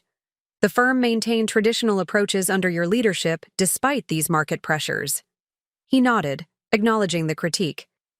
Leading change requires clarity about the destination and confidence in the path. I had neither. I knew our traditional model was becoming less competitive, but I wasn't sure what should replace it or how to implement that transformation without disrupting what was working well. This candid admission revealed a vulnerability I had rarely glimpsed in my father: uncertainty in his professional domain, awareness of the limits of his expertise. It humanized him in a way that decades of family dinners had never managed to accomplish. So, where does that leave us now? I asked. Gerald and others are looking to you for guidance on how to respond to the integration. Your position will influence theirs significantly. I know, he acknowledged, setting down his wine glass deliberately. Which is why I wanted this conversation before taking any public position. I need to understand your vision more clearly. Not just the operational changes, but how you see the firm's identity evolving under Morrison's ownership.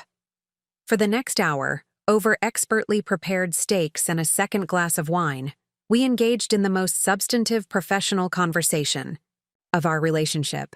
I outlined my vision for integrating Morrison's operational excellence with Mitchell, Reynolds' legal expertise, creating a hybrid model that preserved the firm's professional culture while modernizing its infrastructure and processes. My father listened attentively, asking incisive questions about client transition protocols, associate development programs, and partner autonomy in case management. His concerns were legitimate and specific, focused on preserving genuine value rather than resisting change for its own sake. Your approach is more nuanced than I expected, he admitted as we finished our meal. There's real thought behind the integration plan, not just corporate efficiency metrics being blindly applied to legal practice.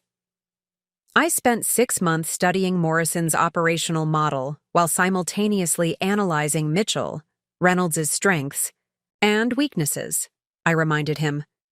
This wasn't a hasty acquisition or a generic integration playbook. He nodded, acknowledging the thoroughness of the preparation. And my role in this new structure? We've discussed it generally, but I'd like to understand your specific expectations. That depends partly on what you want, I replied honestly. You have options. You could focus exclusively on high-value client relationships and complex litigation, stepping away from management entirely. You could serve as a strategic advisor to the integration team, helping us navigate the cultural aspects of the transition. Or you could take a more public role, visibly supporting the changes to help bring the resistant partners along. He considered these alternatives thoughtfully. And if none of those precisely fits what I envision for myself, then propose an alternative, I said simply.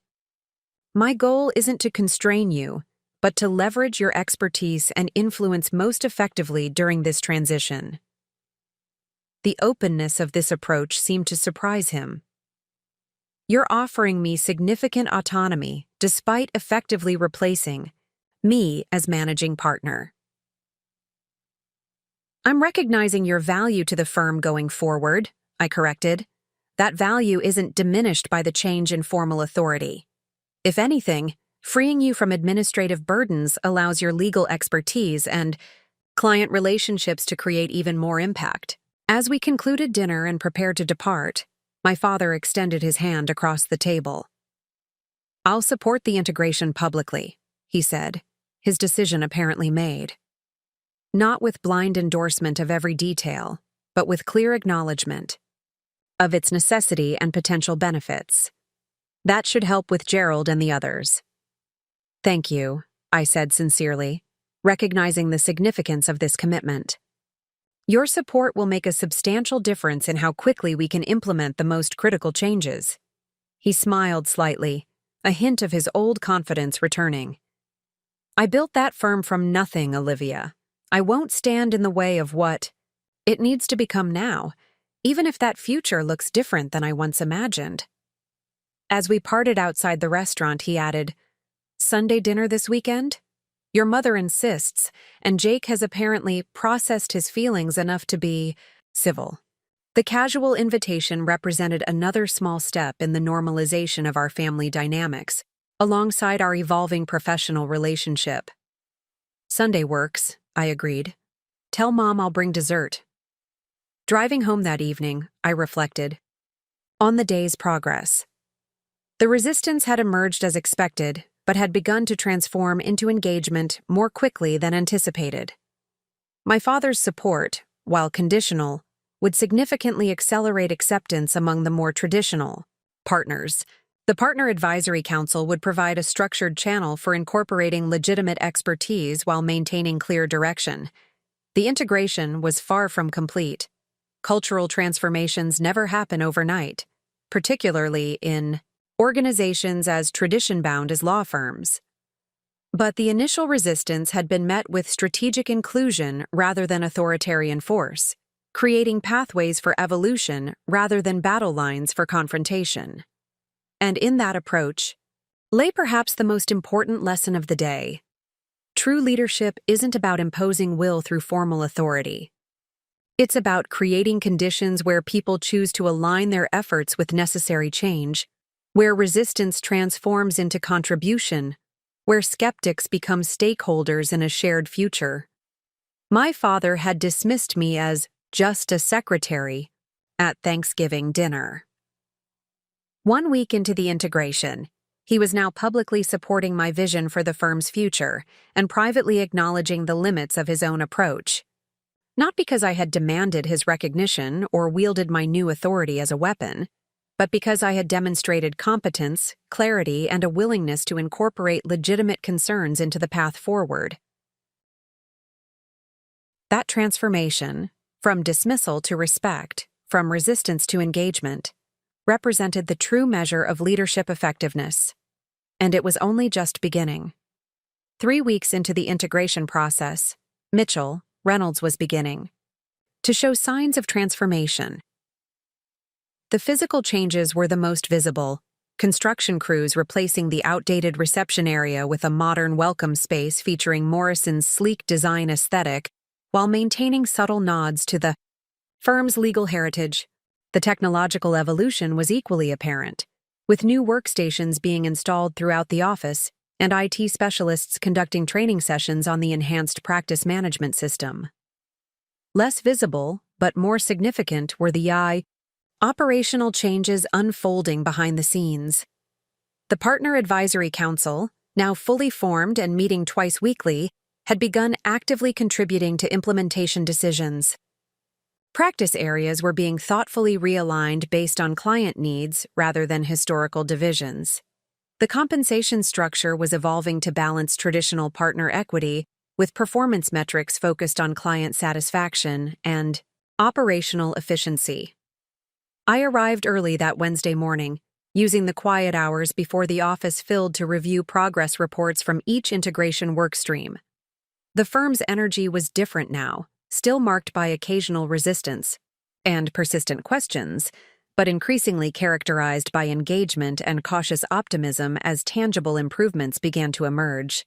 My assistant Clara appeared at my door with a steaming cup of coffee. "Your 8:30 with the marketing team is confirmed," she informed me. "And Ms. Morrison asked if you could call her before the executive committee meeting at 11. "Thank you, Clara," I replied, accepting the coffee gratefully.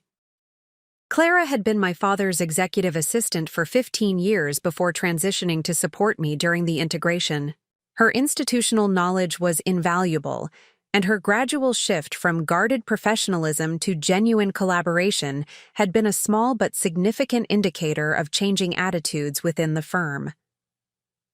Also, she added with a slight hesitation, Mr. Winthrop asked to see you when you have a moment. He said it was important, but not urgent. Gerald requesting a meeting rather than demanding one represented another subtle evolution. Since our confrontation 3 weeks earlier, he had maintained a careful neutrality, neither actively supporting the integration nor actively opposing it. His participation on the Partner Advisory Council had been technically compliant, but minimally engaged, offering measured critiques without constructive alternatives. I'll see him at 9:45, I decided, curious about what had prompted this outreach.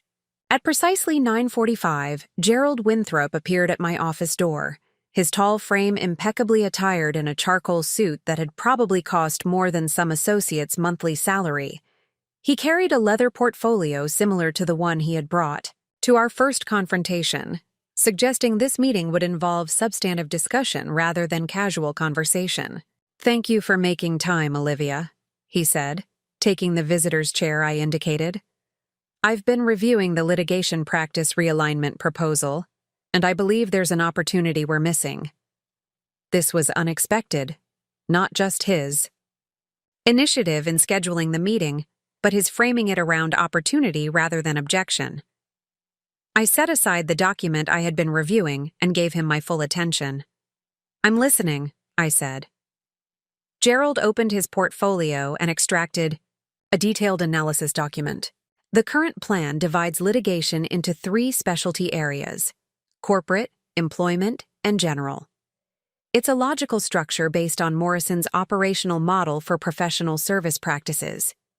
But it overlooks an emerging opportunity in regulatory compliance litigation that could significantly enhance both client retention and new business development.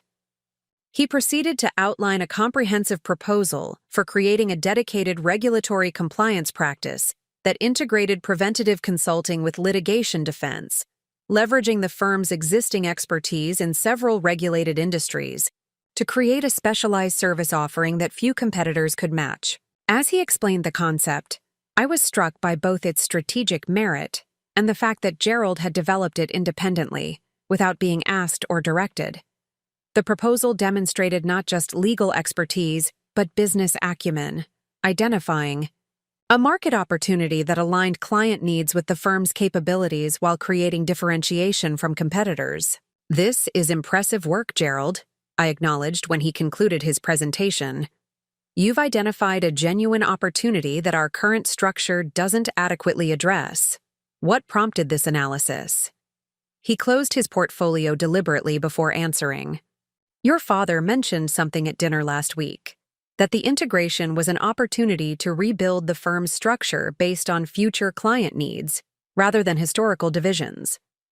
It made me consider what those future needs might be, particularly in my area of expertise.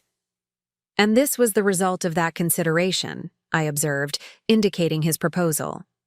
"One possibility," he corrected. "I'm not suggesting this is the only approach, but it does leverage our existing strengths while creating a more compelling value proposition for clients facing increasingly complex regulatory environments." I nodded, appreciating both the substance of his proposal and the shift in his positioning it represented. Gerald was no longer merely resisting change or reluctantly accepting it. He was actively engaging with it, applying his expertise to shape the firm's future direction. "I'd like to have the integration team review this in detail and incorporate viable elements into our practice structure," I said. "Would you be willing to present it at tomorrow's executive committee meeting? Eleanor will be there, and she's particularly interested in how we position our service offerings to align with client priorities." A brief flicker of surprise crossed his face, quickly replaced by measured satisfaction. "I'd be happy to present it," he agreed. "Though I'd appreciate your perspective on any aspects that might need refinement before then." "The core concept is sound," I assured him. "The implementation timeline might need adjustment to align with other integration work streams, but that's a detail we can address after gaining executive approval for the strategic direction." As Gerald departed with arrangements to meet later that day to refine his presentation, I reflected on the significance of this interaction. His proposal itself was valuable, a thoughtful enhancement to our practice structure that could create meaningful competitive advantage. But more important was what it represented. A senior partner who had initially led the resistance now actively contributing to the firm's transformation, applying his expertise constructively rather than defensively. This was the tipping point I had been working toward, the moment when key influencers within the firm began to see the integration not as something being done to them, but as something they could help shape. Gerald's initiative suggested we had crossed that threshold, at least with some of the senior leadership. My phone rang, interrupting these reflections. Eleanor Morrison's name appeared on the display. "Good morning, Eleanor," I answered. "Olivia?" she replied, her tone suggesting she was already in the midst of her typically packed day. "I've been reviewing the integration progress reports. The pace is impressive. You're ahead of schedule on system implementation and practice realignment. The Partner Advisory Council has been unexpectedly helpful," I acknowledged. Once they engaged constructively, many of the anticipated obstacles disappeared. "That's the update I was hoping for," she said. "The reason I wanted to speak before the executive committee meeting is to discuss accelerating the next phase of our professional services integration strategy." I felt a small warning flicker at the back of my mind. Accelerating in what way? The Mitchell-Reynolds integration is proceeding more smoothly than projected. That creates an opportunity to advance our timeline for expanding our legal services portfolio through additional acquisitions. The warning flicker intensified. Additional acquisitions? Eleanor, we're 3 weeks into a complex integration that will require at least 6 months to fully implement. Beginning another acquisition process now would divide resources and attention at a critical moment. "I understand your concern," she replied, her tone still measured but with an undertone of determination I recognized from previous strategic discussions. "But market conditions are favorable for consolidation right now. Several mid-sized firms are struggling with the same challenges Mitchell-Reynolds faced, creating acquisition opportunities at advantageous valuations, which would still be available after we've completed this integration," I pointed out. "Some would, others won't," she countered. "Particularly Donovan and Walsh, a boutique litigation firm specializing in the healthcare sector. They've approached us about a potential acquisition, but they're also in discussions with 2 other bidders. If we wait 6 months, that opportunity will be gone." Now I understood the urgency behind her call. Donovan and Walsh was indeed a valuable potential acquisition target. Their healthcare litigation expertise would complement Mitchell-Reynolds' existing practice areas while opening access to a lucrative client segment. From a purely strategic perspective, Eleanor's analysis was sound. But strategy exists in the context of implementation reality, and that reality included a complex organizational transformation still in its early stages. Dividing focus now could undermine the progress we'd made and jeopardize the carefully cultivated buy-in from key stakeholders like Gerald. "I share your interest in Donovan and Walsh," I said carefully, "but I'm concerned about the implementation. Risks of pursuing that acquisition while Mitchell-Reynolds is still in transition. We've just begun to gain momentum with partner engagement and cultural integration. Introducing another acquisition now could create the perception that we're prioritizing expansion over successful integration." "Perception can be managed," Eleanor replied. "The executive committee sees this as a strategic opportunity that aligns perfectly with our planned growth trajectory. The question is whether to pursue it now or risk losing it to competitors." Her framing made it clear that this wasn't merely a suggestion, but a direction the executive committee was inclined to take. I had 2 choices: align myself with that direction while working to shape its implementation, or oppose it directly and potentially position myself against the corporate leadership that had promoted me to this role. "I understand the strategic rationale," I acknowledged. "Before we proceed, I'd like to conduct a rapid impact assessment on how pursuing Donovan and Walsh would affect our current integration timeline and resource allocation." That would allow us to make an informed decision about sequencing and support requirements. Eleanor was quiet for a moment, considering this response. That's reasonable, she finally agreed. How quickly can you complete that assessment? I can have preliminary findings by Monday, I promised. That would give us a factual basis for determining whether to proceed immediately or to sequence the acquisitions with a short interval between them. Monday works, she confirmed. I appreciate your thoroughness, Olivia. It's one of the reasons you've been so effective in this role. After ending the call, I sat back in my chair, considering the implications of this new development. Eleanor's push for accelerated expansion reflected Morrison's corporate growth imperatives, completely logical from their perspective, but potentially disruptive to the delicate balance we were establishing within Mitchell Reynolds. My concern wasn't with the acquisition strategy itself, but with its timing and implementation. The firm was just beginning to embrace the integration, with partners like Gerald moving from resistance to contribution. Introducing another acquisition prematurely could reignite uncertainty and resistance, undermining our progress. I needed to find a path that balanced Morrison's strategic objectives with Mitchell Reynolds' integration needs, a solution that would satisfy Eleanor's expansion goals without disrupting the cultural transformation underway. And I needed to do it while maintaining my credibility with both constituencies. My intercom buzzed, interrupting these thoughts. Ms. Mitchell, your father is here. He doesn't have an appointment, but he says it's important. This was unusual. My father rarely came to my office, preferring to have me come to his when we needed to discuss matters. His unscheduled arrival suggested something significant had occurred. Send him in, Clara, I instructed. My father entered with the purposeful stride that had intimidated opposing counsel for decades. His expression was composed but serious as he closed the door behind him. You've heard from Eleanor, he said without preamble, making it a statement rather than a question. I raised an eyebrow, surprised by his awareness of the conversation. About Donovan and Walsh? Yes, just now. How did you know? Because Marshall? Donovan called me 30 minutes ago, he replied, taking a seat across from me. We worked together on the medical device liability cases last year. He wanted my perspective on Morrison as a potential acquirer. This was an interesting development. The fact that Donovan had reached out to my father suggested that despite the formal acquisition negotiations happening at the corporate level, the personal and professional relationships between the firm's attorneys remained significant factors in the process. And what perspective did you offer? I asked, genuinely curious about how my father was positioning himself in this situation. I told him the integration has been more thoughtful than I initially expected, he answered candidly. That Morrison has respected our core legal practice while modernizing our operational approach.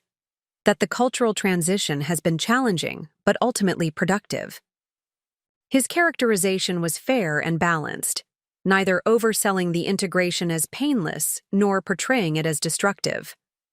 The fact that he had characterized it positively to a fellow firm leader represented significant progress from his initial shock at the acquisition announcement.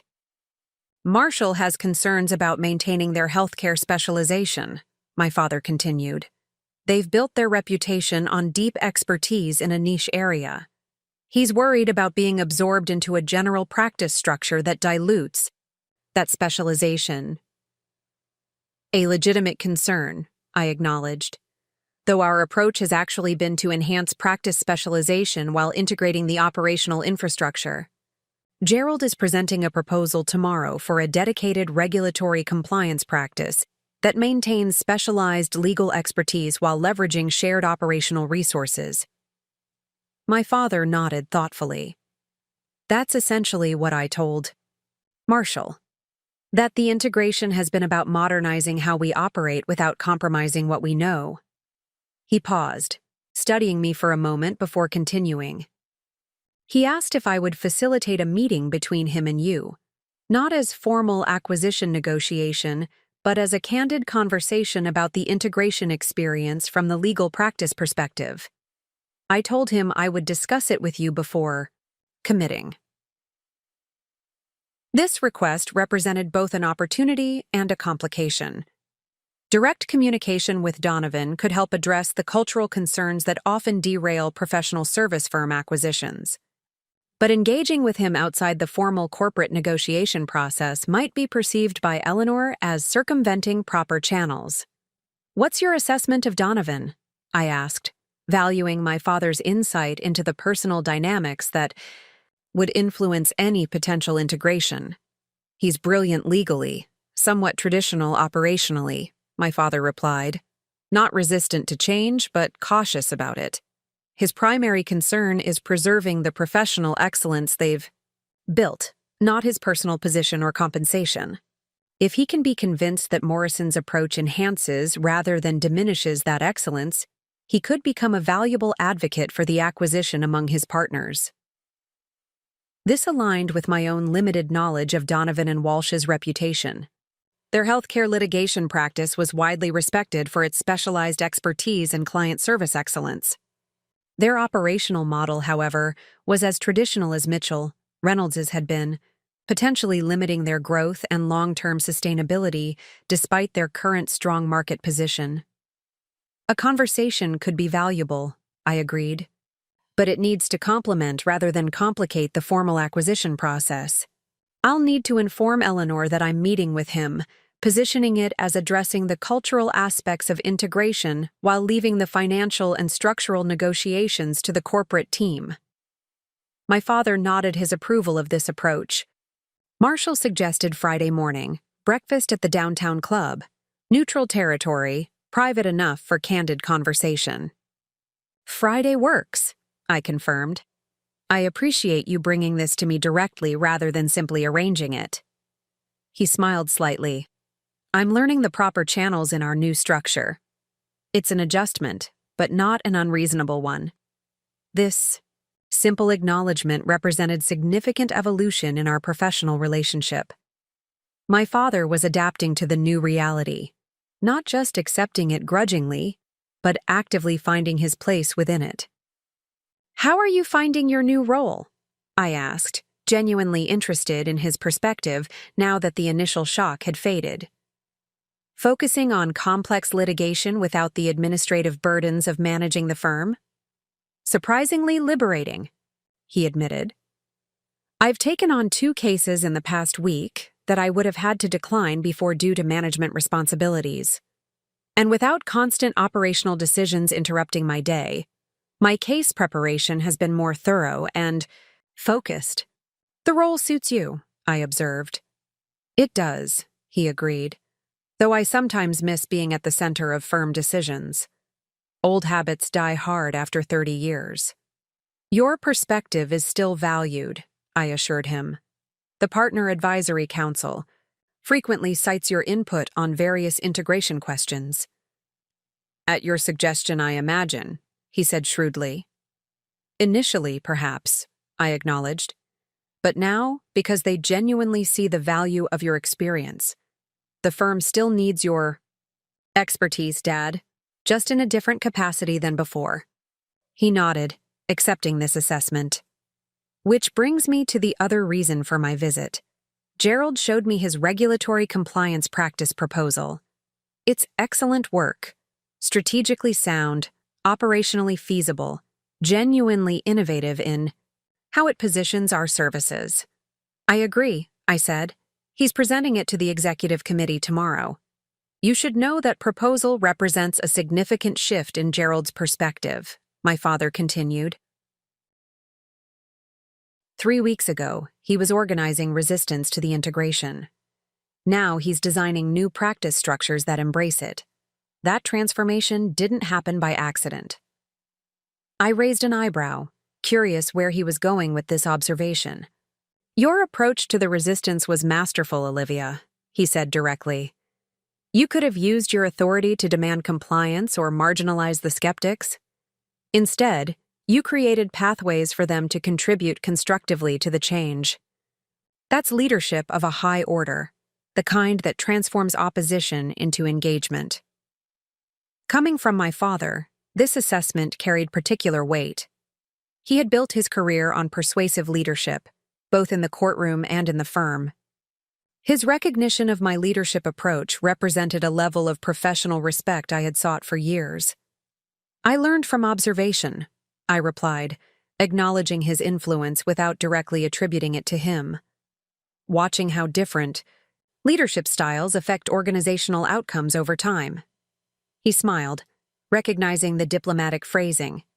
"Some models to emulate, others to avoid. All providing useful lessons in different contexts," I offered diplomatically. "Fair enough," he conceded with a slight laugh. "I'll let you prepare for your meeting with Eleanor. Shall I tell Marshall you'll join him for breakfast on Friday?" "Please do," I confirmed. "And thank you for facilitating that connection. It could be valuable for both firms." After my father departed, I turned my attention to the complex challenge Eleanor had presented. The Donovan and Walsh acquisition made strategic sense, but its timing created significant implementation risks for the Mitchell-Reynolds integration. I needed to develop an approach that would satisfy Morrison's growth objectives while protecting the cultural transformation underway. Up next, you've got 2 more standout stories right on your screen. If this one hit the mark, you won't want to pass these up. Just click and check them out. And don't forget to subscribe and turn on the notification bell so you don't miss any upload from us.